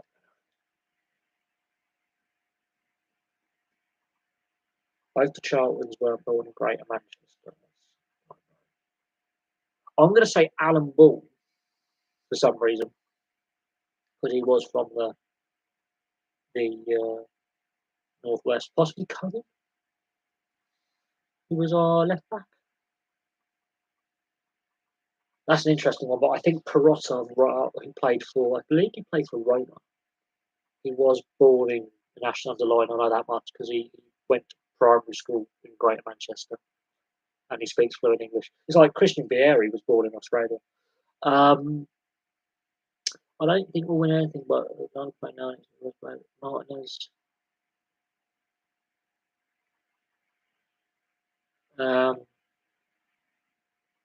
No, Jeff Hurst was not born in '77 because that was 11 years after we won the World Cup. I think you'll find 47 is the year. Is the year you're looking for with Sir Jeff. But yeah, Simone Perotta was born in Ashton under Lyne because he went to school there. I know that much. They made a big thing about it, like Perotta, how we missed out, and it was like he lived here till the age of like 11 or something, and then he went back to Rome. As soon as that question was asked, I knew it was one of the England winning side. I knew one of the Italian side. 2006. Should Martinez have won him a trophy? They've had so many opportunities in the last 6-7 years. And that group of players was not the oldest squad at the World Cup. They're not the oldest squad to. I think the Italy squad of 2006 was older for average age. Won the thing. So age when some of the statements that were being given by players in press conferences, like by De Bruyne and others, going, "Oh, we're too old," or "We're not taking the nations that we don't want to play the Nations League," over the last 6-7 months, have left me wondering: is everything happy in that squad? And I don't. I think it was a divided dressing room from a very early stage. Yeah, De Bruyne, he doesn't look happy though. He never looks happy. He never smiles. Like something has definitely gone on with that squad. I know De Bruyne, Mignolet, and Courtois all hate each other. I know Mignolet and Courtois don't like each other, and De Bruyne and Courtois sit at other ends of the dressing room and don't talk to each other at all.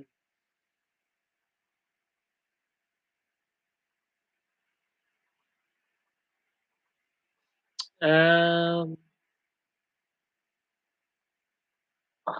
the underdogs question. I don't know how to feel on that one. Do I think Belgium will fall into mediocrity again? Looking at what's coming through, yes, I've got concerns. They're under 21s, under 19s look absolutely dreadful. There are players who could have played for England currently. Oh God. Um, Wilfried Zaha could play for England, but he's chosen the DR Congo, so that's thinking. The amount of players that England have overlooked over the years in a variety of sports, and they've chosen the birthplace of their parents or grandparents. Um, we could have had Sam Warburton and Gareth Bale in both England rugby and England football, and we could have had Joe Allen in our midfield. Ironically, um,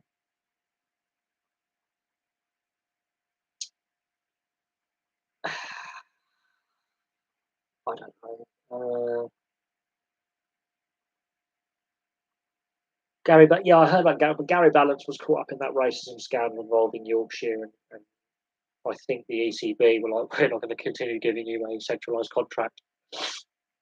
And I think he's going over to Zimbabwe to play T20. They're short of the white ball format of the game. But look, it's like Kevin Peterson playing for us over South Africa. No one else wanted to play with him.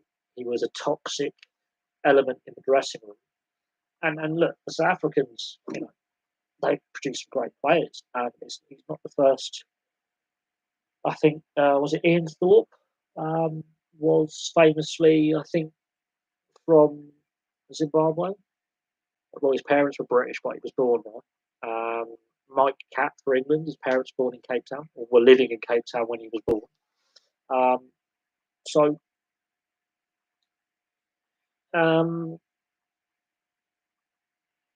there is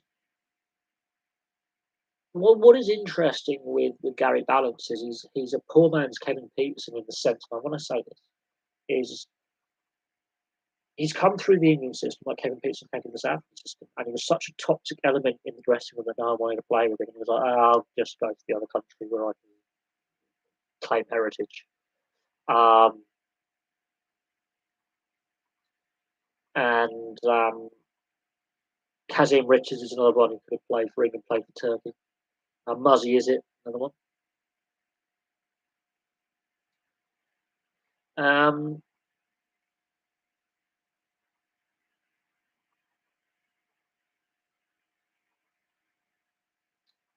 But yeah, the Gary Balance thing, in the aftermath of what's come out of the culture within the Yorkshire dressing room, and to a certain aspect the England dressing room for a long period of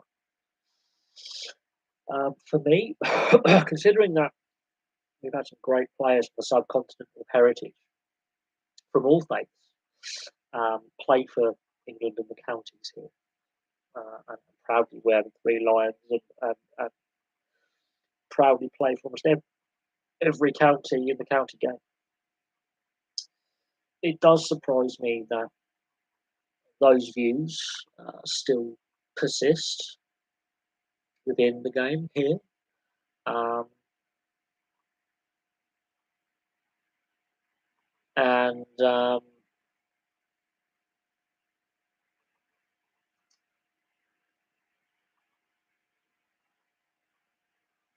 and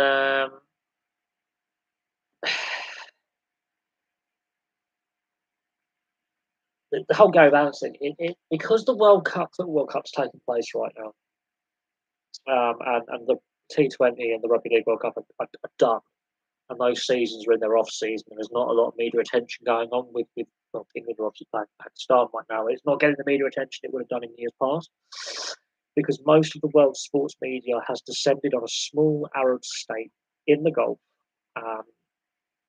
for the next couple of weeks, and are busy fawning over the VIP rooms or whatever, and focusing on arguably the biggest sporting event outside of the Olympics, and one of the most controversial tournaments of all time.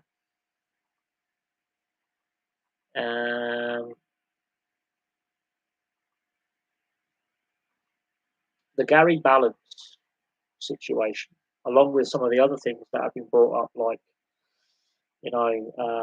selection rules for countries, which is a big sports talking point, and it's always on the agenda for a variety of sports, over heritage players, the rules about residency, and oh, you're born in this country, so you should represent. I mean, look, I was born in what was West Germany, and if I was registered a few days later, I would have had dual nationality, or actually would have been classed as a German citizen. Um, Even though my parents were both British and I was born in a British military base, that's how the law works there.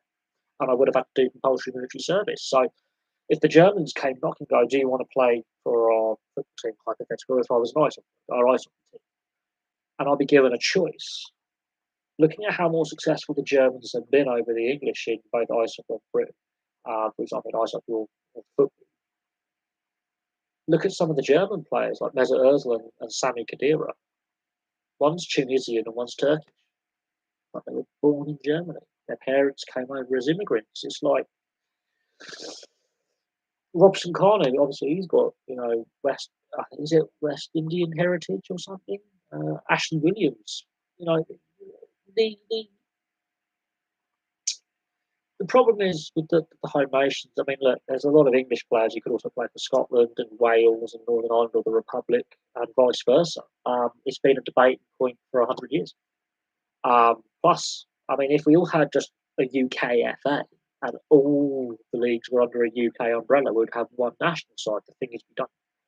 And the thing is, it's a debate between Northern Ireland and the Republic. It's a debate between Wales and Scotland and Northern Ireland and the Republic. It's been a debate for a long time. Same happens in Belgium, ironically, where in Belgium you can be, French, Dutch, Luxembourg, Germany, Belgium. I mean, they've had a debate as well about players being born or raised or whatever in a variety of sports. So it's not an England Wales only issue.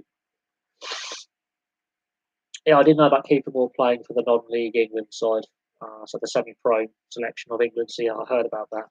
They made a big thing about that, and he's not a bad striker, to be fair, for what he brings to a team.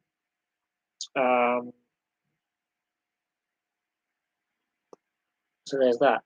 Young Henry Arundel shouldn't exist because the rich person he was born in no longer. He classed as English personnel born overseas. I was just because I was born there. No, I was born on British soil because we were renting it off the German government. No, British. It's on my birth certificate. It's British personnel overseas or something. It's like a BPO. So, if your parents are civil servants, ambassadors, kind of thing, working in the embassy or the consulate or British Armed Forces overseas, and obviously your mum becomes pregnant with you, and you're born overseas, or still, if you're born, let's say, the British Embassy, that's where your dad or mum's based, or British consulate, government, or Ministry of Defence or Foreign Office employee, you are a British citizen, and it's all about when you get registered. So if there's registration backlogs, you can become a dual national. So technically, Boris Johnson, ironically, was born in New York, and he can claim an American passport. But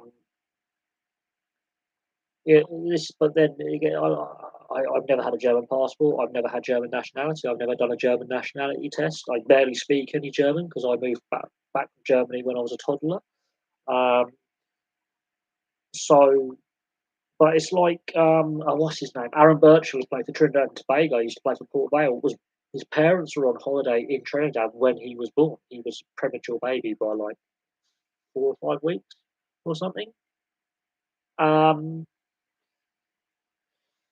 so that's why he represented Trinidad and Tobago in 2006, just because he was born in Trinidad. And the Trinidad FA approached him, going, "Look, we're putting the squad together to qualify for the World Cup. We're short on midfielders. Can you give us a hand? We understand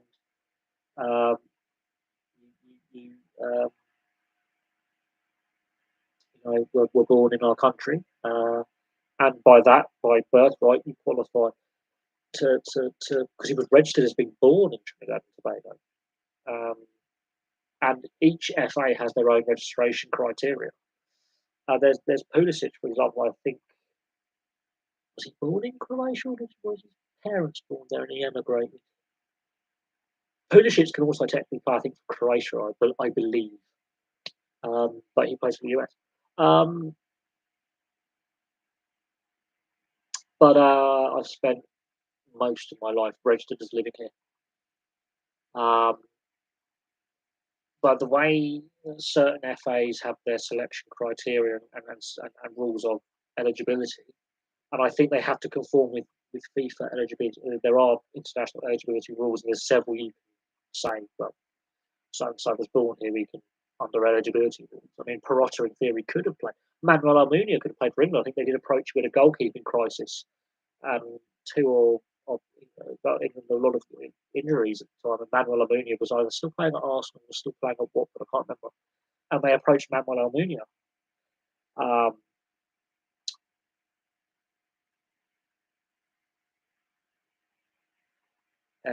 I believe Christian Bale was born in Nottingham, if I'm not mistaken.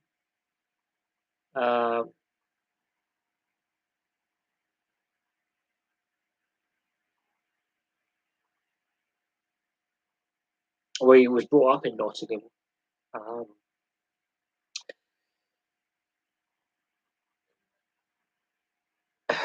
I mean, look, my mate Sam Price. I mean, he's got Welsh heritage, and anytime Wales are playing, he's very passionately Welsh.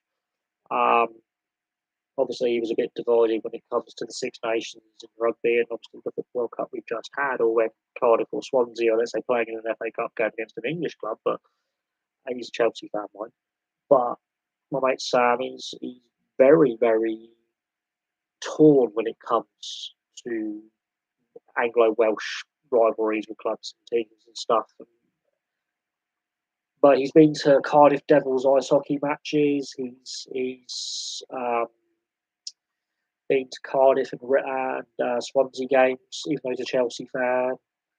He's watched rugby there. Any chance he can, he will go to a Welsh sporting event, which I think is fantastic.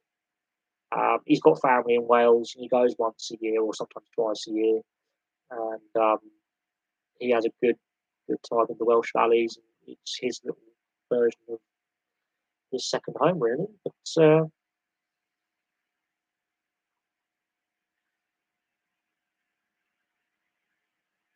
in regards to Stephen Nzonzi and Kazim Richards, who ended up playing for Turkey, and Muzzy Izzet ended up playing for Turkey as well, which is another one well back in my youth. Muzzy Izzet, great player for Leicester City back in the day. They either got overlooked when there was an opportunity for them to be brought into the England setup, and I think especially with Muzzy Izzet, he was definitely one of the best midfielders the English game had in the 90s. And he was definitely in form. He was part of a very good Leicester side in the 90s. And they were, League Cups. They always won the League Cup, but they were winning silverware. They were competing in, finals at Wembley. And obviously the 98 World Cup and the 2000 Euros, that period of time, he got overlooked, and he was one of the informed players, but he wasn't playing for a fashionable club. Much like Ward Prowse is now, for example. The difference was his dad was Turkish, and he did have a sit down with his, I believe it's in one of his interviews. He said he had a sit down with his father, and I can't remember which Turkish player. Well, I think it was either Emre or Tugay. Well, I think it was Tugay. And Tugay had a chat with the Turkish manager at the time. So look, this guy's got Turkish heritage, sign him up. The Turkish FA approached him, and he said, "Yeah, okay." And he was part of the Turkey side that finished third at the World Cup 2002. And Turkey's game was England's loss. I think Kazim Richards, again, played for Turkey over England. There's been quite a few players who for whatever reason, be it at youth level or whatever reason, that they decided to look at. They might have a parent from one country or the other, and they might go with their mum's side of the family or whatever it is. And England, as well as other countries as well, have been guilty of this. I mean, Erling Haaland, yeah, he was born here, but I think he sees himself as Norwegian. I think he always has done. Um, yeah, his dad played for Leeds and Man City, and fair play to him having the career he did. Um, I can't, is Erling Haaland's mum English? I think she might be actually.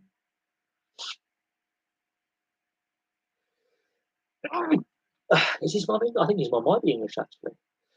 I can't remember, but I know he was obviously born here, and spent a fair bit of his childhood here. Obviously his dad playing here, but again, it's like Simone Carotta, spending a fair bit of his childhood here, and then ending up back. Um, um, but it is what it is. Was Robbie Keane or Roy Keane more influential in the Irish game? Roy Keane comes first, but a lot of it's to do with the managerial side of Jack Charlton at the USA '94, and to a certain extent, 2002 World Cup. There was a lot of Anglo-Irish players in that side. So Matty Holland, who ended up being the captain after Roy Keane left the squad over a disagreement with the manager Mick McCarthy. Um, Roy Keane was a young player at USA '94, but Ireland had some good sides in the '80s and '90s at previous tournaments. I think they were. I think Ireland were the Euros in '88 and Italia '90. They already, you know, had had tournament experience. Um, but players like Roy Keane going to big clubs, because Roy Keane was first signed by Nottingham Forest in the English system. Nottingham Forest were the best sides in the country at the time under Brian Clough, still competing in finals and winning silver when he was scouted from Cork City. He goes over, and he has a couple of good seasons alongside a fiery Stuart Pearce at Nottingham Forest, and then Man United, one of the big rivals at the time, because both clubs were top sides at the time, picked him up, and he obviously ended up becoming United captain towards the end of his time, obviously after Eric Cantona.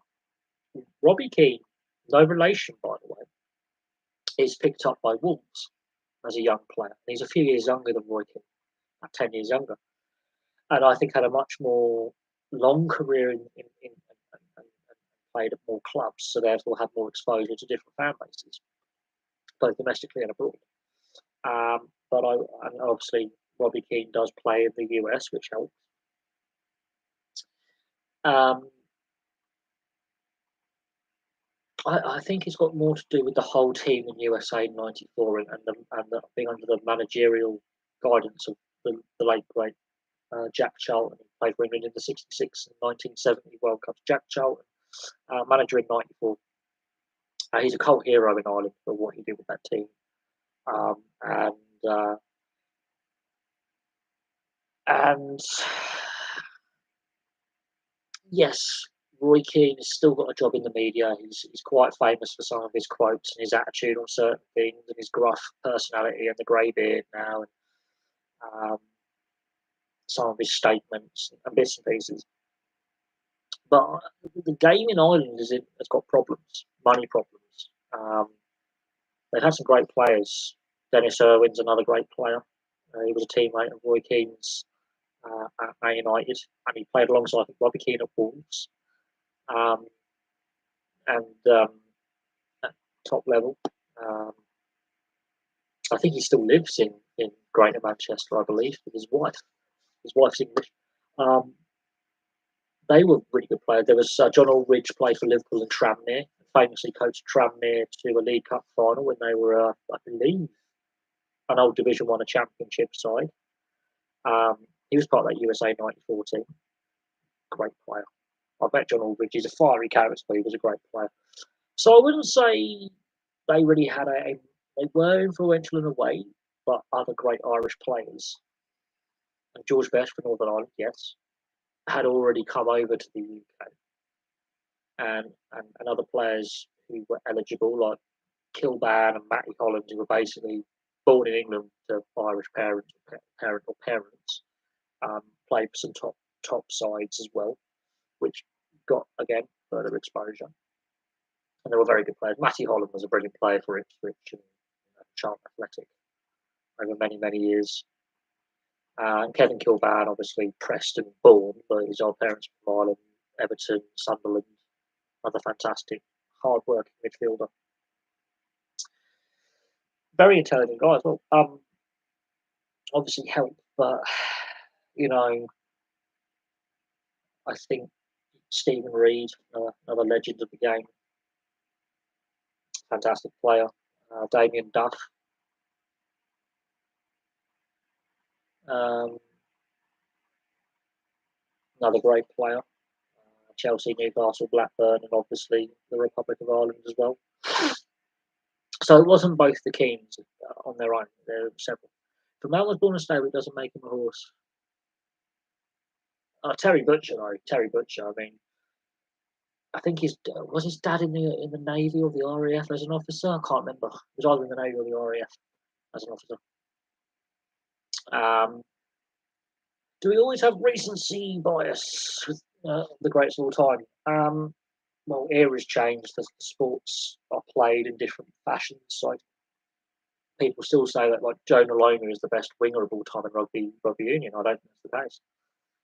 He never won a World Cup, and his time at the top was very short and fleeting. I mean, I got to meet the late great Joe Maloney when I was a kid, many moons ago in 1997 when the All Blacks were on a Northern Hemisphere tour.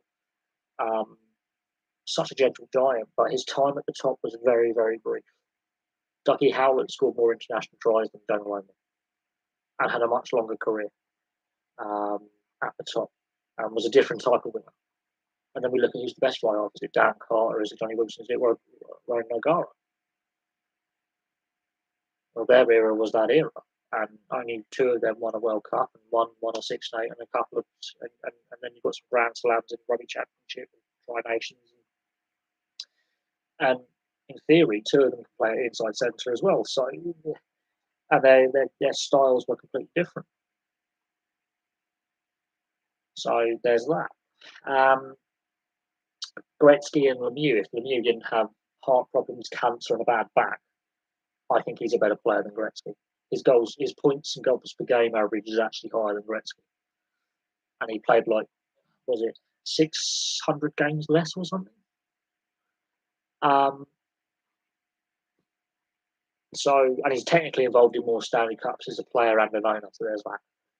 And the era that he was at his peak is the dead puck era, where Gretzky's at his peak throughout the 80s, which is open puck era. So the great one, Lemieux.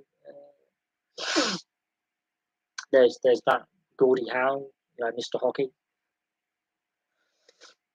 And so the NHL debate over the GOAT is different. Gordie Howe played until he was in his 50s. And then Jaromir Jagr as well. And imagine if Jaromir Jagr had stayed fit all his career and played his entire career as a senior player from the age of 18 in the NHL. If Gordie Howe hadn't gone to the WHA for the best part of a decade.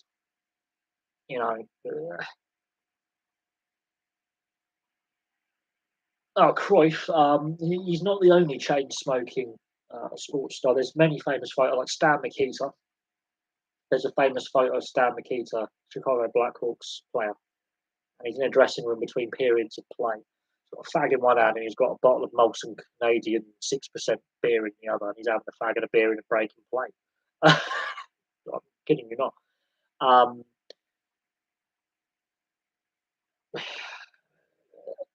I think there's that one.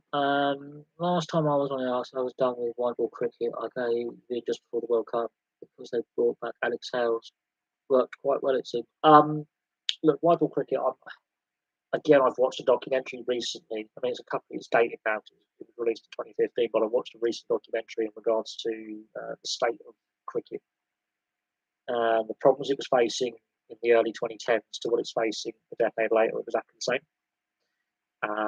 And it's the BCCI, ECB and Cricket Australia are basically running a little cartel in the ICB, which is actually harming the game, regardless of any format, short or Test cricket or white ball format. the ICC is not being run in the right way, and there's a lot of debates about conflict of interest, India throwing their weight around in an unfair fashion, and possibly a corrupt fashion within the game in that regard.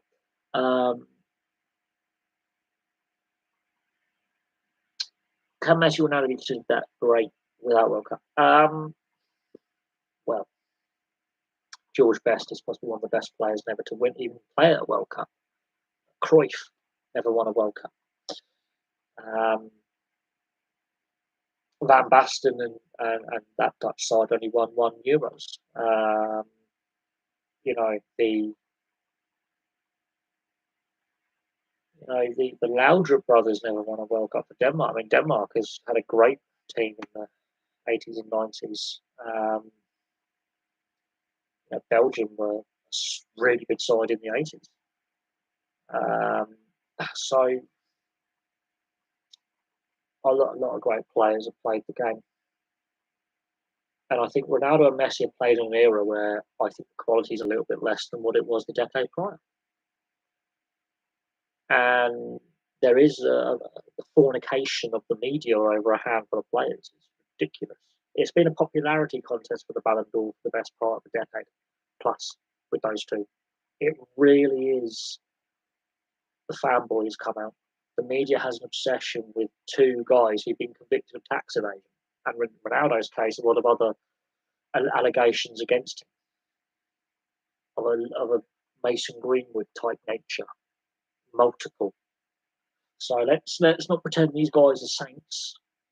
I prefer Messi over Ronaldo, but to be fair, I don't want either to win really, because the way the media has portrayed these guys as saints and gods, and they're the best things in sliced bread. And I'm like, I can't even find a loaf of sliced bread right now. Come back to reality, like please.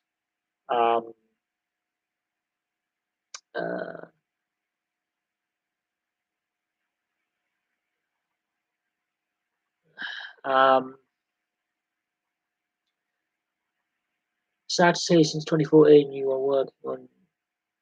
Oh, well, no, when I first had the channel in 2014, it was just to subscribe to other channels. I actually started in 2017 doing content, but I've had the channel for 8 years. But since I've been making content, 5.5. It was growing for a while. Then YouTube changed its algorithms and how you make money, and they changed their monetization rules, and they've had a few scandals. And I don't want to get to the ins and outs of my views on why the platform has got problems and can and should do better. It's not as bad as Twitch. It's not as bad as other forms of social media or video sharing websites. Twitch is just a nightmare. Patreon doesn't work for a variety of reasons as well as it could. And things like Facebook Live and Twitter. I mean, Twitter is just the sewer of humanity, really. I'm surprised that Jaromir Jagr is still playing. I'm not. I'm really not. I'm surprised he's playing at the level he is. I'm surprised he hasn't gone into coaching or full-on team ownership of Cladno, but he's part owner and he wants to play. Whether we should be playing is another thing. We're the sports buffet ultras. Yeah. Oh no, there's a banning order in place. Got to play behind closed doors. Heavy €5,000 fine for fan misbehaviour. That kind of thing.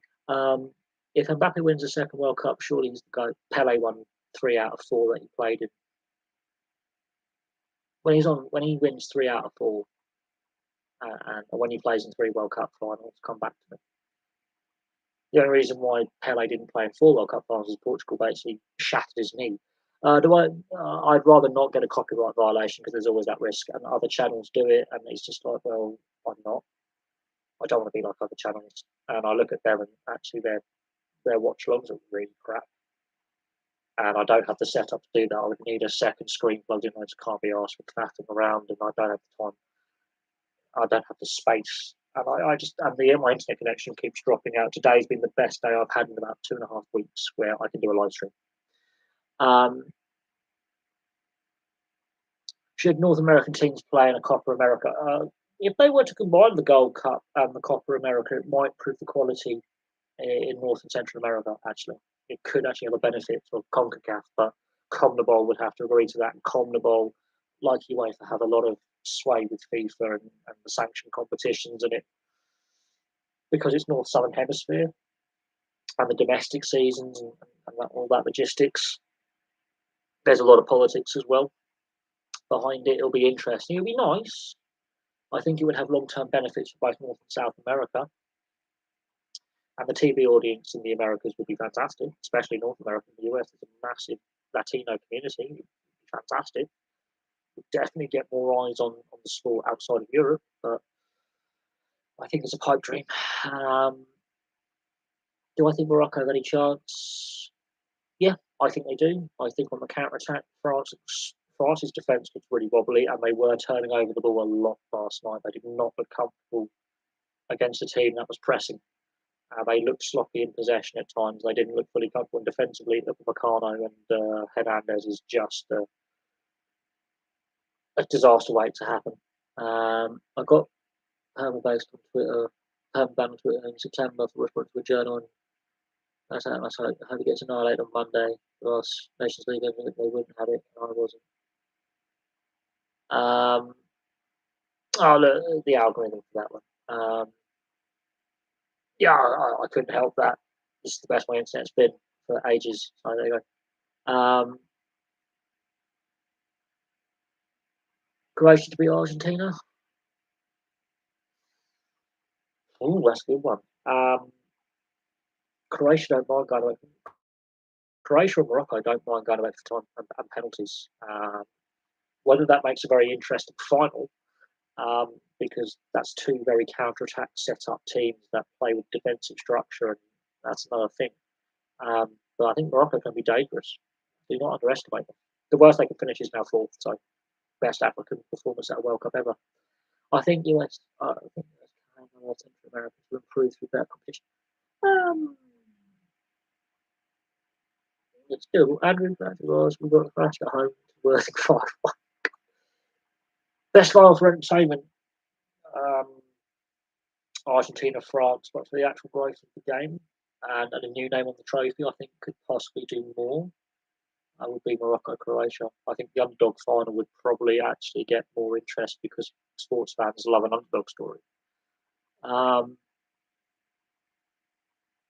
wouldn't say that it is an insult, really. I think underdogs have proven in this tournament not to be underestimated.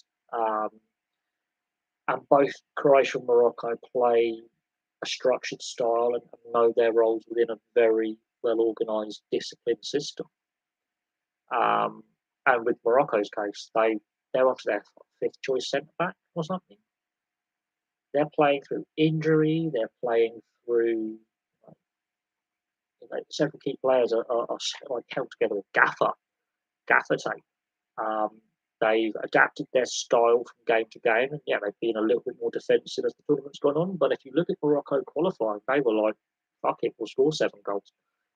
So they're a very adaptable team. I think Croatia. I think age is against Croatia in this tournament now. Too many old players. I think Morocco have a younger squad that has pace and fitness about them, and Croatia is starting to look a little bit leggy, but we'll see. I think Morocco, for me, once they took the lead, they weren't being pegged back.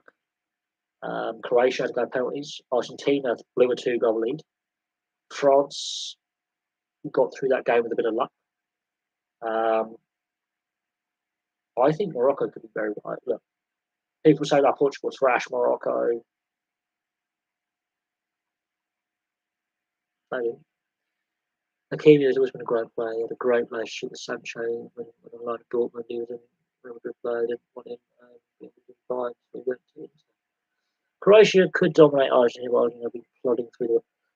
I think Morocco are the one with the best passion and, ironically, the best discipline, considering the pressure they've been put under by. Well, considering how they set up, you would expect them to give away a lot more yellows. They are actually a very disciplined team. They know they can't risk a red card. That red card shouldn't have been a red card. As I said before, because the first challenge was not a booking, but they can't appeal it because it's 2 yellows, and FIFA have upheld that. So they've lost 1 player to suspension and 2 to injury. So here's what it is.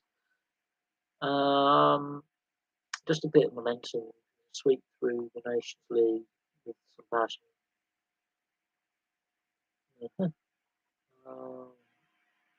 I wouldn't say Croatia's talent pool is much smaller. They just identify talent much better than nations with more alleged depth. That's personal opinion. You can disagree with that. That's personal opinion. Right, I'm going to end the stream in about 10 minutes because I've got to be up at 3 o'clock for work, and it's my first day back at work in like a week and a half, and I don't want to go into work tomorrow because when I walk to work it'll be like -5 and freezing fog. No, Croatia are better at talent spotting. Plus, I do believe in their education system. They put a lot of emphasis on actual sport at their version of state school. And I think, there's a lot more. They don't make sport compulsory, but they do encourage through their education system and their community clubs sporting participation. And it's done in a way that's an encourageable way of participation rather than going, right, it's either compulsory or they don't have the funding. They're also very, very good at talent spotting. And then the big European clubs and then the bigger leagues in Europe, the countries with bigger population, where obviously they can sustain more professional teams, are also very, very good at looking at countries like Croatia that have a very good sporting pedigree, with the fact that it is a very outdoorsy country, and there's a large amount of wilderness in Croatia, so there's a lot of time to spend outdoors. It's a decent climate in summer, so you can spend, and parts of the Adriatic in winter aren't cold either. So a fair proportion of the population don't have harsh winters on the Adriatic coast. So very active, healthy population, healthy diet, and it's sort of like a cultural identity to play handball, play water polo, winter sports. They're very good, very active. Football is like a religion. Population size has nothing to do with it. It's very encouraged to be physically active, right across the Mediterranean world. The diet's better, climate health. The diet's a lot better. There's more encouragement to be involved in community clubs, and go outside and explore the wilderness.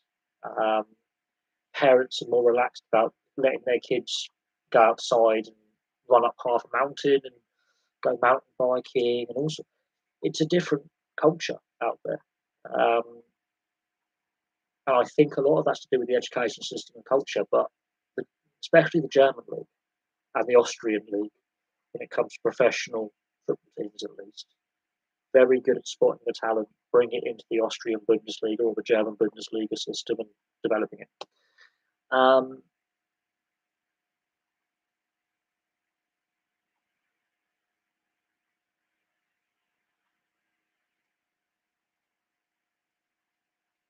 The Swiss seem to have have you seen the geography of Switzerland? It's the Alps and a couple of big lakes. The Swiss have again a very good sporting culture, and they punch above their weight. Obviously, their best sports are the winter sports, and they have one of the best professional ice hockey leagues outside of North America with the Swiss League. They have a very decent quality of football, considering the Swiss League isn't bad quality. It's actually quite entertaining and surprisingly competitive. There's some very historical clubs, and of course the other winter sports like skiing, ice skating, bobsleigh, luge, speed skating, short track and long track. So right, but the Swiss domestic league isn't bad. I think it's underrated. and the fans there are fanatical, and it's decent quality. In my opinion, it is decent quality. The only reason I'm watching the World Cup is for Messi. I think there's still one more shot that Morocco can pull off, maybe two. Um, maybe Croatia can pull off a shot. I don't think Argentina like being favourites in games. That Saudi game, I think, is going to sit with them a little bit because that's got to be in the back of their minds. And the last time they lost an opening game of the tournament was Italian 90, and even in the tournament they won in '78, they lost against Italy, and they weren't convincing in the opening group stage. Yes, they beat France along the way, but they weren't convincing against Italy at that tournament. They lost 1-0. So it's an interesting one. Question about winter sports. The Alpine, do they have to hit their skis to hold? Oh, you're talking about the gates? No. You can touch the gate with your body to a certain extent, but if your ski hits it, that's technically a disqualification or a penalty or a time penalty, I believe. Although I do like Aldershot, probably rather that.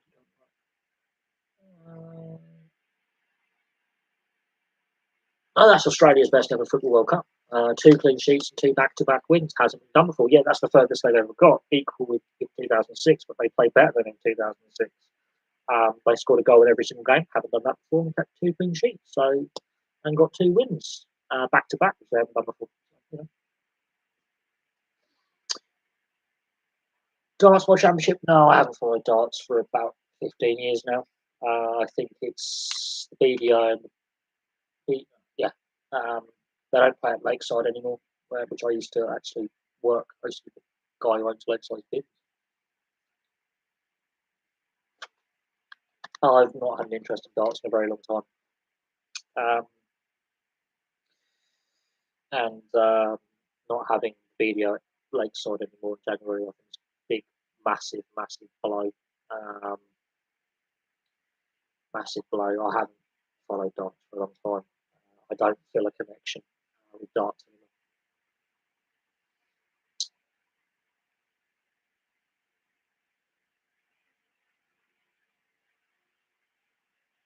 Yeah, I mean, I haven't enjoyed. I haven't watched darts.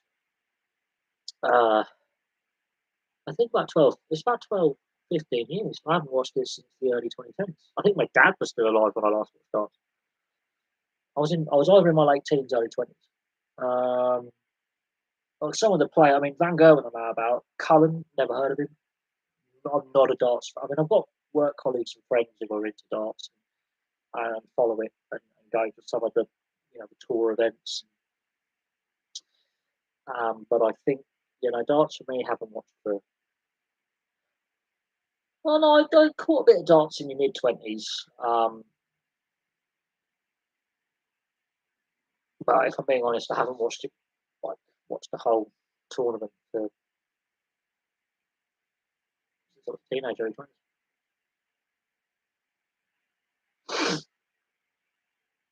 Oh yeah, I think when the Hearns got more involved with is it the PDA or PDO? You've got the BDO and the PDA, Professional Darts Association. With the Hearn involvement, that's one thing that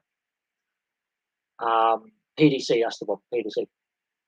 When the Hearns got involved and they started poaching the best players from the BDO and made that a lesser organisation. It's like Bellator and UFC, the best Bellator fighters in the UFC. When the PDC could offer like 10 times the prize money and the bigger TV deals and the international kind of taking it to like places like Holland and around the world and could offer more money. The best BDO talent deserted the BDO in droves and went to the rival competition, sort of like the Live Golf with the PGA or PGA Europe versus the old PGA US with golf. But as soon as the Hearns got involved, I was like, oh, I think they've taken snooker down a dark path. Boxing's gone to shit, in my opinion. And darts, snooker, boxing with the Hearn involvement, I just don't. I don't like. They should refer to the World Championship. Football, right? Oh, the Ted Hankey situation. That doesn't surprise me in the slightest. I've never liked him in the BDO. He always came across as a bit of a slimy character in interviews. Um, I know, obviously, it's a boozer's game. Obviously, a lot of alcohol-fueled antics. And, some of it's like tatty middle-aged fat blokes drinking beer, which is the stereotype of darts players. But you could always feel with Ted Hankey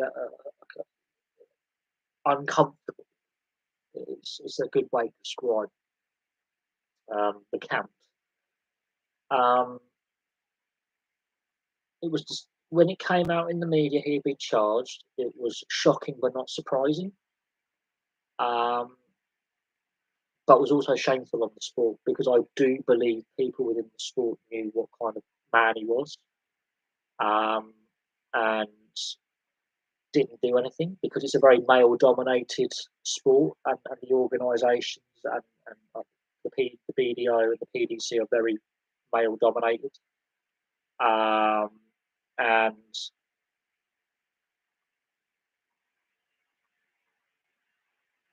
in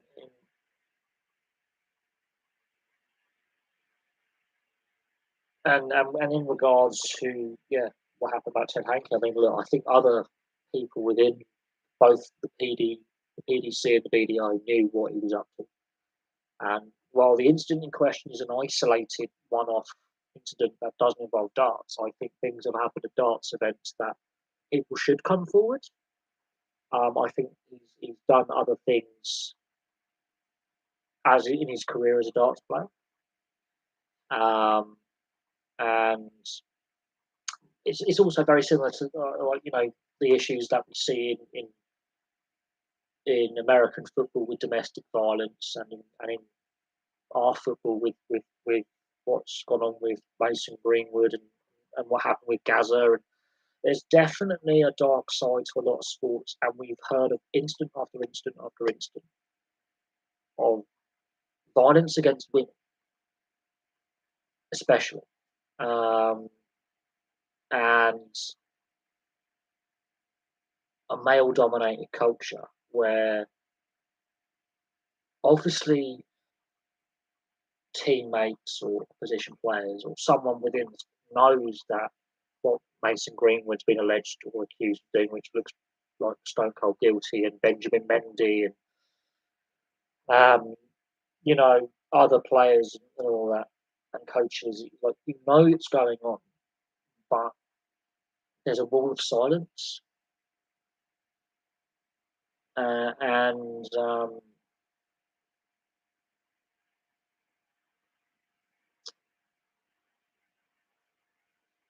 and we've seen it in rugby league. We've gone with two of the Burgess brothers out of the four with domestic violence and similar allegations against them, and it is a concern for me. And then we've seen it in the NFL. There's been allegations against Ben Roethlisberger, for example. The Viking party boat scandal. What happened there? Was there criminality involved?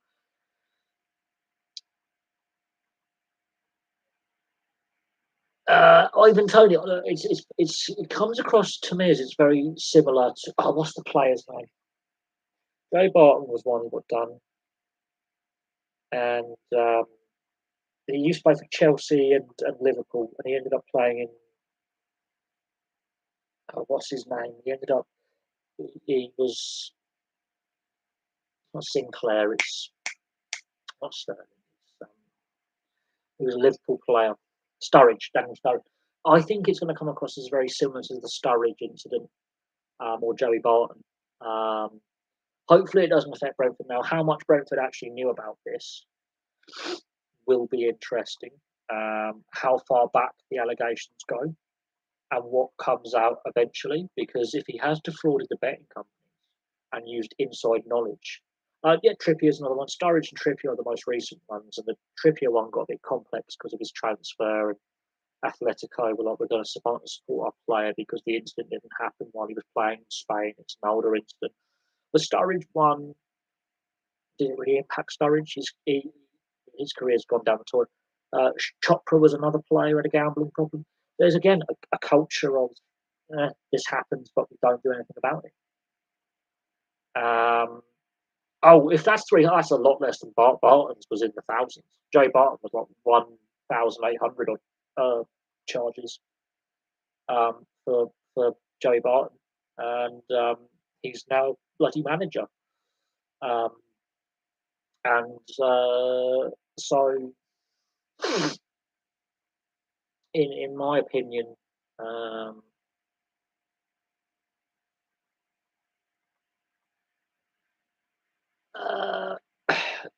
just ready to finish the stream in about 5-10 minutes. I think the Tony one is similar to Sturridge and Barton. I think Trippier's one was a bit more interesting and complex. Michael Chopra was another one. Paul Merson was another one who had allegations of placing bets. He had a lot of addictions. But there's clearly and it's happened in snooker with Stuart Bingham. It's happened in rugby league as well, and rugby union, and I think it's happening right now as we speak. With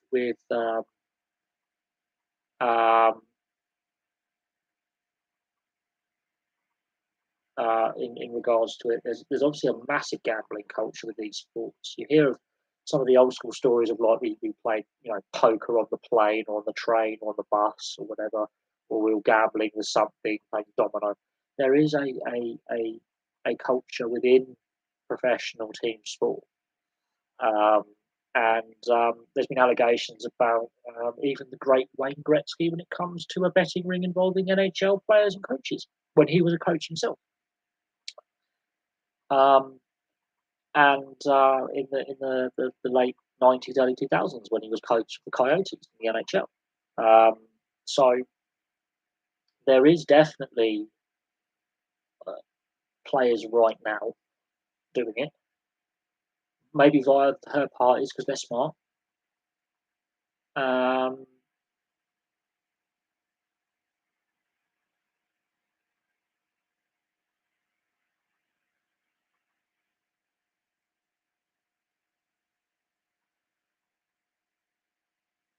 So,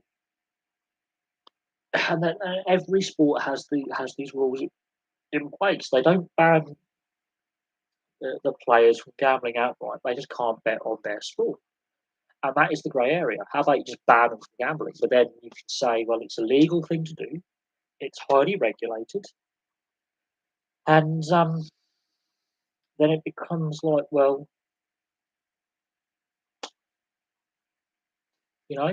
but because of the Matty Jansen motorcycle accident, they now write into contracts you can't ride a motorcycle or go skiing because of what happened to Matty Jansen at Blackburn with his motorcycle accident. But it's totally legal to do it as long as you pass your test and you're insured.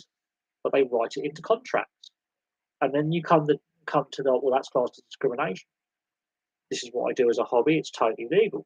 So I think there is definitely a gambling culture within sport, and we'll see what happens. My views on Wrexham Football Club.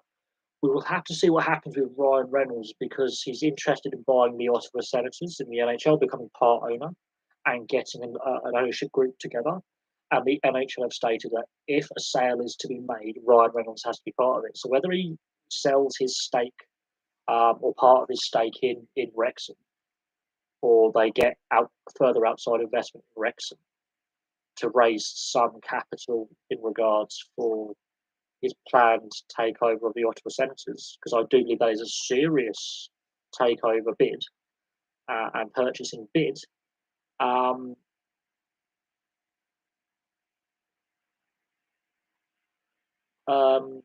We'll see what happens with Wrexham. I hope they get back to the Football League because A, it's positive for Welsh football.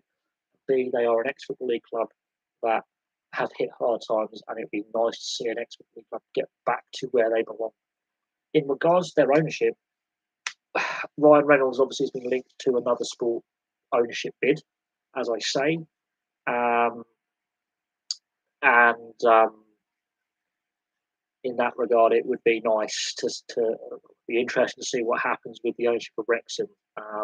Is he using the ownership of Wrexham to gain knowledge of how to run a sports franchise or sports team? And is he going to do something similar to what they've done with Fenway Sports Group, where he owns multiple sports teams in multiple sports? So that will be interesting as well.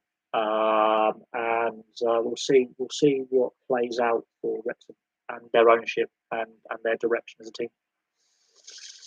Anyway, I'm going to call that a day because it is. I've got to be up in like 4-5 hours time.